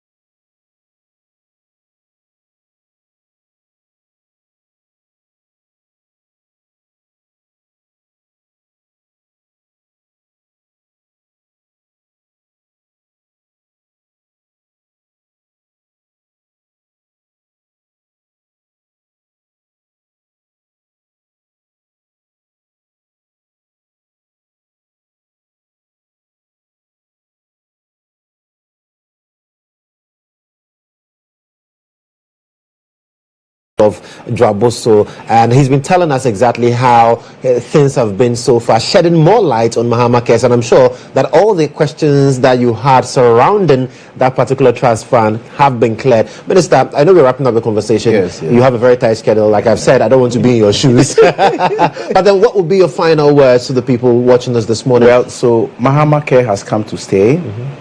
Let's all be part of the success story. Everybody must come together to contribute to it. And very, very soon, as I said earlier, we'll announce the short code. Yes. Quite apart from that, Ghanaians should also expect that gradually we are going to change or reset the healthcare sector. Now, we have directed that we met the regional hospital, the medical directors, and we are also going to meet all the medical directors in the or med-soups in the various district hospitals and what have you. We had a situation where government presents or procures equipment to health facilities, and when they are obsolete, facilities expect that government will come and replace them or come and fix them. I think that should be a thing of the past. Right. So clear instruction, clear policy directive that in every hospital will have an exclusive account where they will pay the revenues they generate as a result of these equipment into it. So the ministry will not come for a peso from that account. It is for the facility. When these equipment are obsolete or when you want to fix any of them, you take some amount from that account and you fix it. Don't wait for central government. Don't wait for Kwabena Akandoh. Please. So that is a clear policy directive. Right. The other one is that I have asked the Director General when we were at the meeting that I don't want to dictate a percentage for them so that it will affect the day-to-day running of the hospital. And so they should agree on a percentage we will also use to maintain CAPEX, to maintain the infrastructure. You run into hospitals, the roofs are leaking. You run into hospitals where you see cracks. You run into hospitals where even painting for 10 years it has never been painted. We need some amount of money per the internal generated funds to also be able to maintain the facilities very well. So that will also be agreed on. And so these are some of the gradual things. If the things are beyond them, then it gets back to the ministry. Right. We also step in. But it starts from that. It starts from them. Okay. And we also acknowledge the fact that they are not charging the requisite fees and charges. That I am not oblivious of. But at least the little that they generate, these two must also be on the priority list. We must prioritize them. Because you don't have to kill the bird that lays the golden egg. If you go to every facility, where you get most of your revenues is from the equipment, is from the labs. So let's try to retool them. We have also lost sight of PPP, right? Where we'll bring in individuals, the private sector to come and set up facilities on the premises. Then they will have a profit sharing arrangement with the hospitals. And please, hospitals must note that if you give a private sector a place to run things, I realize that the hospital has entered into agreement with a private person. That private person is supposed to run the equipment that government has bought. Okay? Run it. The government has bought, has procured, and take 80% of the profit. And then this private person run it for for some years, and some of the equipment are faulty. Now the equipment have been packed for government to come and fix. That is very strange. Yes. Because government procured the equipment, the hospital entered into agreement with the private person to run it and take 80%. 80%. And then when the equipment broke down, is there as I speak to you now? They are waiting for Kwabena Mintah Akandoh, John Mahama's government, to come and fix. Interesting. So when you sit, when you sit at where I sit, you see things. Chief, to tell you the truth, this country, you have no idea how much we are losing to legal suits. Wow. You have no idea. We have one single facility we've paid more than 7 million Ghana cedis, one facility. So if you don't begin, we don't have the money to even buy equipment. So if you begin to lose these monies, and nobody, the minister will sit in the office, you send it. At least, with the greatest of respect, there are small things we can do to tighten up these things. And not necessarily have to wait for the my parochial interest. Right. I'm a village boy. I'm a common rice farmer. It's not about me. In all of this, the hospital should still be ready because you are not giving up on the unannounced tours. You're this guy. you don't wish me well. But you said it. But so, it's quite so troubling. These are the, you see, there are things you cannot talk about, and because people are not privy to, they may interpret it in their own way per how they understand the issue. Right. Chief, me, from where I come from, a village boy, I believe that if it must be done, it must be done well. The country has honored me. His Excellency John Dramani Mahama has invited, come and play a role. The least I can do is to give up my best. Right. So that tomorrow when I'm not there, people will say, oh, Akandoh was also here some. You understand? So I'm dedicated. It isn't all the things that you may like, but I will never disrespect anybody. I will take everybody out. It's not in my nature. People who know me know me. No, not at all. But of course, I'm very passionate about whatever I do. I recall that in terms, I know we need to wrap up, but I remember some time ago the doctors started raising concerns about some waivers for their imports and all of that. What's the state? We are handling that. We are handling that. We are dealing with the matter. I mean, we are dealing with the matter so diplomatically, and they are my friends. I know. They are my friends. So we are handling that at our level, and they are all on board, and we are handling that. So we have come to meet a lot of things, but you can't keep complaining, lamenting. Hey, this is no. Then why were you put there? Right. So no matter the situation, you must stay the storm. So that's exactly what we are doing. Right. You understand? So sometimes when I look at what is happening in the social media, and sometimes I sigh and I laugh. Now, finally, I promise this is my final one. Are you sure it's final? It's my final one. Now, I have no idea what I'm going to go through today. Your time a bit, forgive us, but it's always insightful to have a conversation with you on matters of health, and we appreciate your time so much. Thank you. So Kwabena Mintah Akandoh, Minister for Health, with that conversation with us. But we are entering a very sweet month, the month of May. It's also my birth month, and this birth month we are also here at GHOne Television honoring the resilience of motherhood in a very special way. So we are supporting 3 incredible women, mothers of children with special needs, by promoting their businesses and also providing them with seed capital to help them grow. So among them is a mother of twins, both living with autism, and 2 widows who continue to push forward despite the odds. So while many of us take everyday comforts for granted, one of these mothers dreams of simply affording mattresses for her children. So join us. Yes. So this month is also Purple Month. You know what Purple Month is? Mental we must mental health. So we must also show compassion towards people with mental Amazing. And so join us on Sunday, May 11, 2025, as we celebrate their strength, their love, and sacrifice. And so to support or sponsor this initiative, just call Cecil on 054-86-18900. Cecil is a man, so if you call and it's a female, please don't say you are looking for Cecil, and speak to Cecil on 0548-618-900. We'll now be doing the birthdays. Today is the 30th of April, and so we are zooming into the birthdays now.